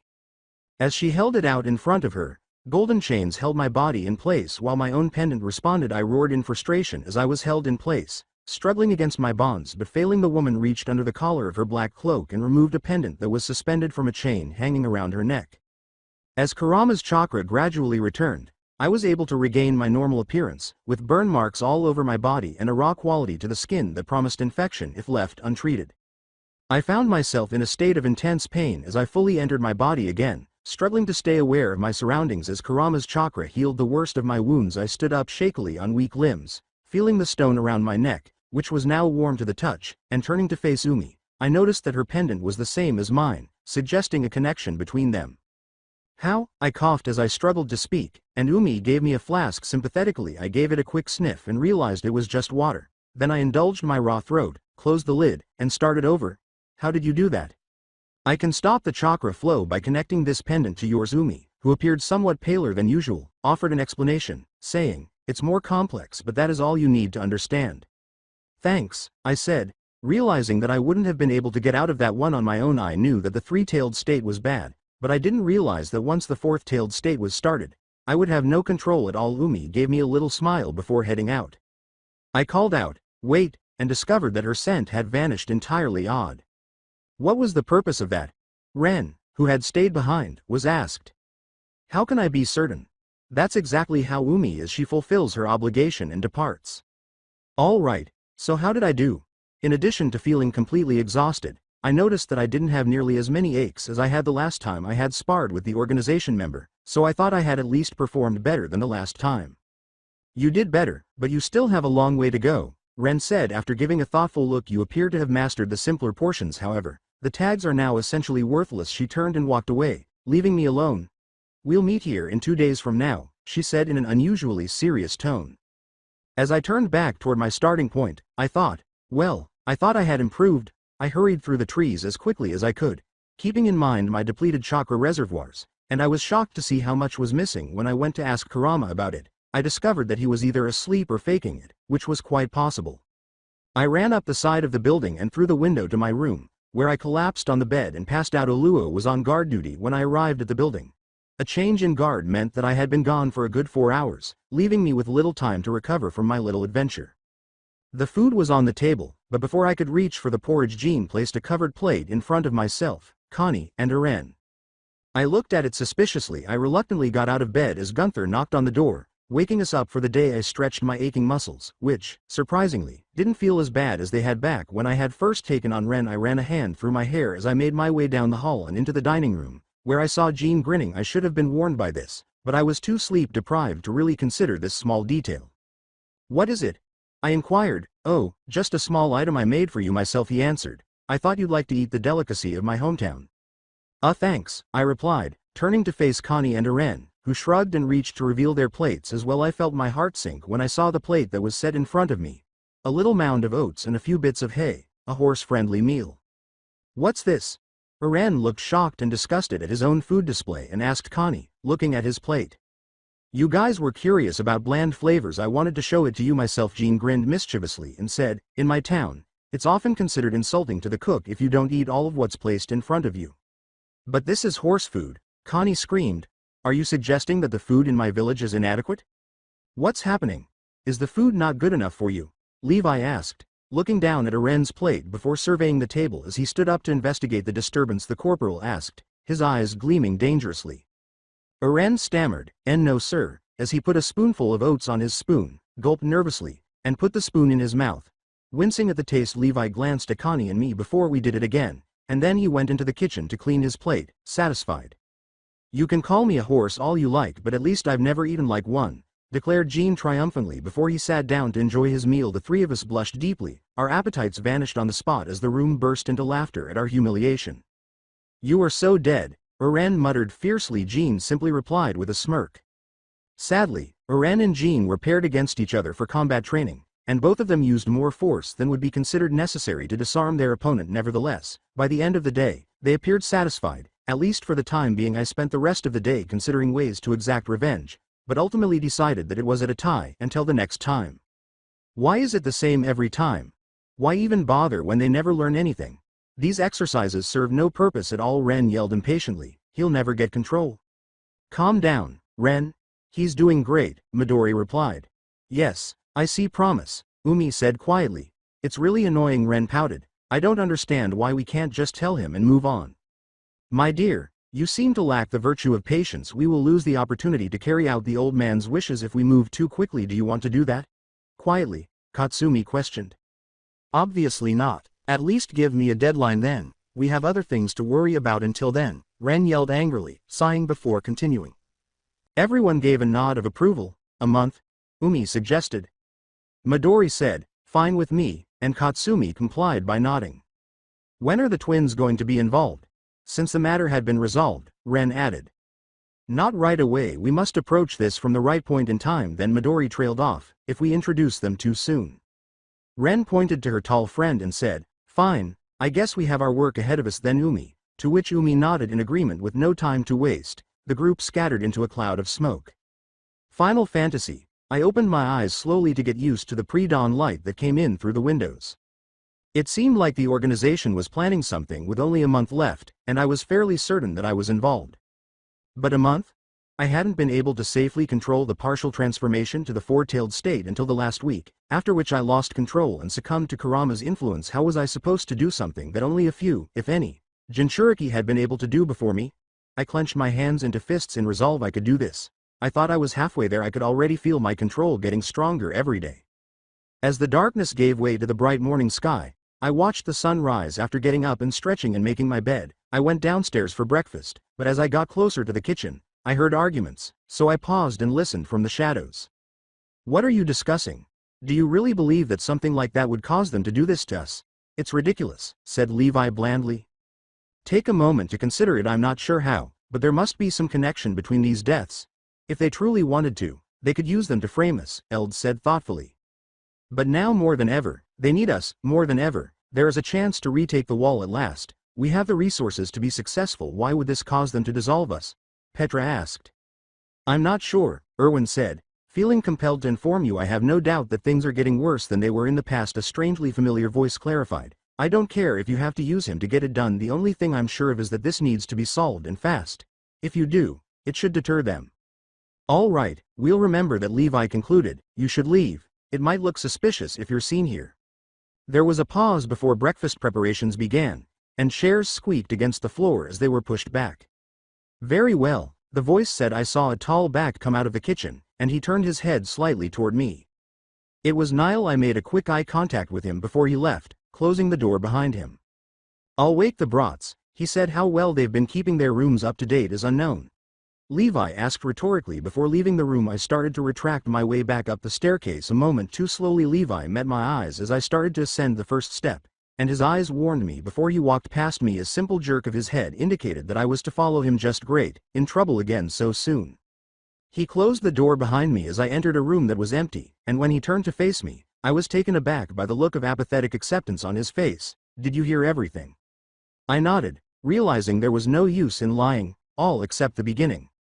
"It appears that more people have died inside the city walls," Levi said, nodding. "The corruption of the bodies was identical to that of Mike's. The government is attempting to blame the Survey Corps." I was astounded. Where was the reasoning behind that? Unless they believed a coup was about to overthrow them. I glanced up at Levi, who was aware of their true motivations, but it's possible that this was all prearranged and I was meant to comply. What was their ultimate objective? Why would they do that? It appears that they are worried about someone taking over their authority. All of the victims have ties to the government or military. What about Mike? Why would one of the Scouting Legion's leaders be killed? Nothing about it makes sense. "We're attempting to determine that," Levi answered. "I need to know that we can trust you to do whatever is necessary. leaving the question unsaid between us. "What are you saying? Answer me," the lance corporal commanded. "You can trust me, all right. Now follow instructions without question. You don't need to know everything just yet," Levi said as he opened the door and gestured for me to go first. He then opened the door to the first soldier's quarters. "Jaeger, why is there dirt on the floor?"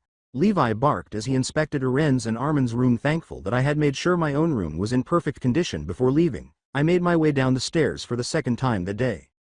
As usual, breakfast was tea and porridge with loaves of bread. I took a seat and waited for the other members of the team to join me. Breakfast was usually a low-key affair, and today was no different. Everyone apathetically scooped up food and piled it onto their plates before starting to eat. Levi got up to speak to the entire group after everyone had finished, saying, "Today we'll be doing something different. Public officials have been going missing lately. There have been other deaths in the last few weeks besides Mike's. In the unlikely event that we discover something, we will be looking into it today until this is resolved. Training will be delayed." Levi and his team departed, leaving the rest of us to follow them to the stables. "We'll go into the town square to examine the scene surrounding the most recent murder and proceed from there," Levi said. With our horses primed and saddled, we rode through a wooded path toward the barracks before turning off onto a side road that led into town. The majority of the people looked up for a moment and then turned away, and the atmosphere was one of fear, which caused the horses to tremble as they jerked against their reins to get away from the pervasive atmosphere. We dismounted and tied down our mounts close by. The scene itself was just as horrific as the first, with blood splattered around the corpse as proof of the force used to sever tendons from bone and skin from muscles. The word, "traitor," was written in blood, but it looked smudged, suggesting that the murderer had been hurried to write the ominous message.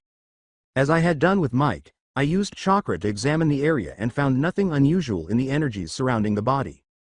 Natural energy had taken its course, and I could feel the decay seeping from every pore of the corpse. Closing the connection, I quickly checked the area for any bystanders, and when I found none, I ran up the side of the closest building. An aerial view showed that the area around the body was relatively deserted, with beggars lining the nearby allies and watching from the shadows. Having an idea, I quickly ran back down to my horse, grabbed supplies from my saddlebag, and entered the narrow alleyway between two empty buildings. I offered her a small piece of bread, and she looked back up into my eyes before snatching it up and devouring it with a ravenous appetite, then looked back at my hand that held the rest of the loaf before speaking. A withered woman in rags leaned against the wall, watching with suspicion etched in the lines of her face. "What would you like?" Her voice creaked from lack of use as she asked. "I wanted to know if you noticed anything suspicious in this area last night," I answered honestly. "Any information would be appreciated." "What else do you have?" "All I know is that a group came here last night," she said after devouring the remaining bread and a few small coins that I held out to her. She bit into each coin to check it before pocketing it in a filthy bag.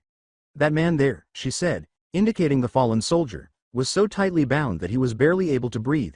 They quickly killed him, just like they would a pig. He was already dead when all of those stab wounds occurred." "Have you noticed their appearance?" "It was dark. I can really remember," she continued. Glancing back at my pocket, I retrieved a few more coins and gave them to her, and she grinned, exposing darkened teeth. "It's returning now." They covered their faces with cloaks. Incredibly private. 3 of them were present. One was short, and the other 2 were tall. When their hood came off, I did notice that the short one had blonde hair. I moved to get away from the stench of her breath and said, "Thanks for your time." Before I could get out of her reach, she swiftly reached out and grabbed my arm. "Are you certain there's nothing more I can do for a good boy like you?" She winked and asked. And no, that's," I spluttered, trying to think of a coherent sentence, as I felt my face turn red as a fierce rush of blood flushed throughout the skin. A voice said, "Leave the poor boy alone, Gina. Ain't nothing you could give him that'd be worth anything," from farther down the alley. With a pucker on her face, she scuttled away and into the darkness, calling over her shoulder, "You ain't no fun, Henry. I was just having some fun, I am," as she walked, jostling the coins in her purse and making them clank together. With his left leg gone from knee to knee, Henry came fully out of the alley, scratched his head, and stood up to me, bearing most of his weight on a crutch. "I apologize. I promise that we aren't that horrible. I'm Henry," he said, holding out his hand for me to shake. "She's a little addled in the brain." "Naruto," I said, grinning and giving him a shake in return. He had an unexpectedly firm grip, took his hand off, and leaned back against the crutch. His clothes were the standard military uniform, though they were filthy from living on the streets. His chin was covered in stubble, but other than that, he appeared to still have the dignity of a respected person. "What are you doing down here, boy?" he asked, tilting his head slightly. "We're looking into a string of killings," I said. "I just thought one of you might have seen something." Well, this is a good beginning. Not much gets past us because we are the street's eyes and ears. Although I haven't personally seen anything, I've heard a lot of rumors. These are perilous times. Walls are collapsing, and enigmatic individuals are approaching from all directions. I almost believe that the Titans would be a better fit for me. Trust me, nobody is, I said, trembling at the idea of spending my life there. Thanks for rescuing me. No issue. You better get back. The back alley ain't no place for a kid like you.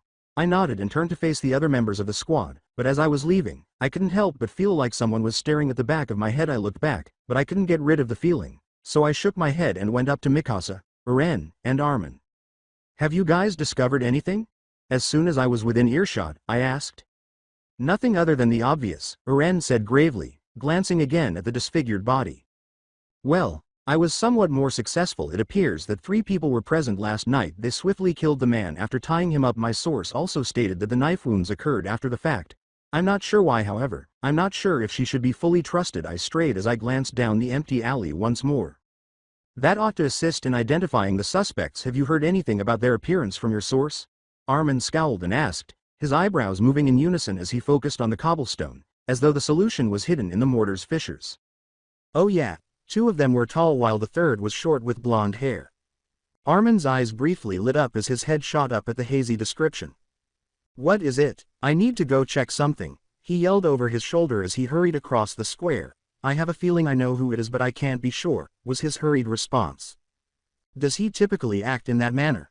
Only when he's got a good idea. He occasionally did that when we were kids. Eren grimaced and said, he usually just went to the library to check out some record or another. I assumed he loved reading books as much as I did.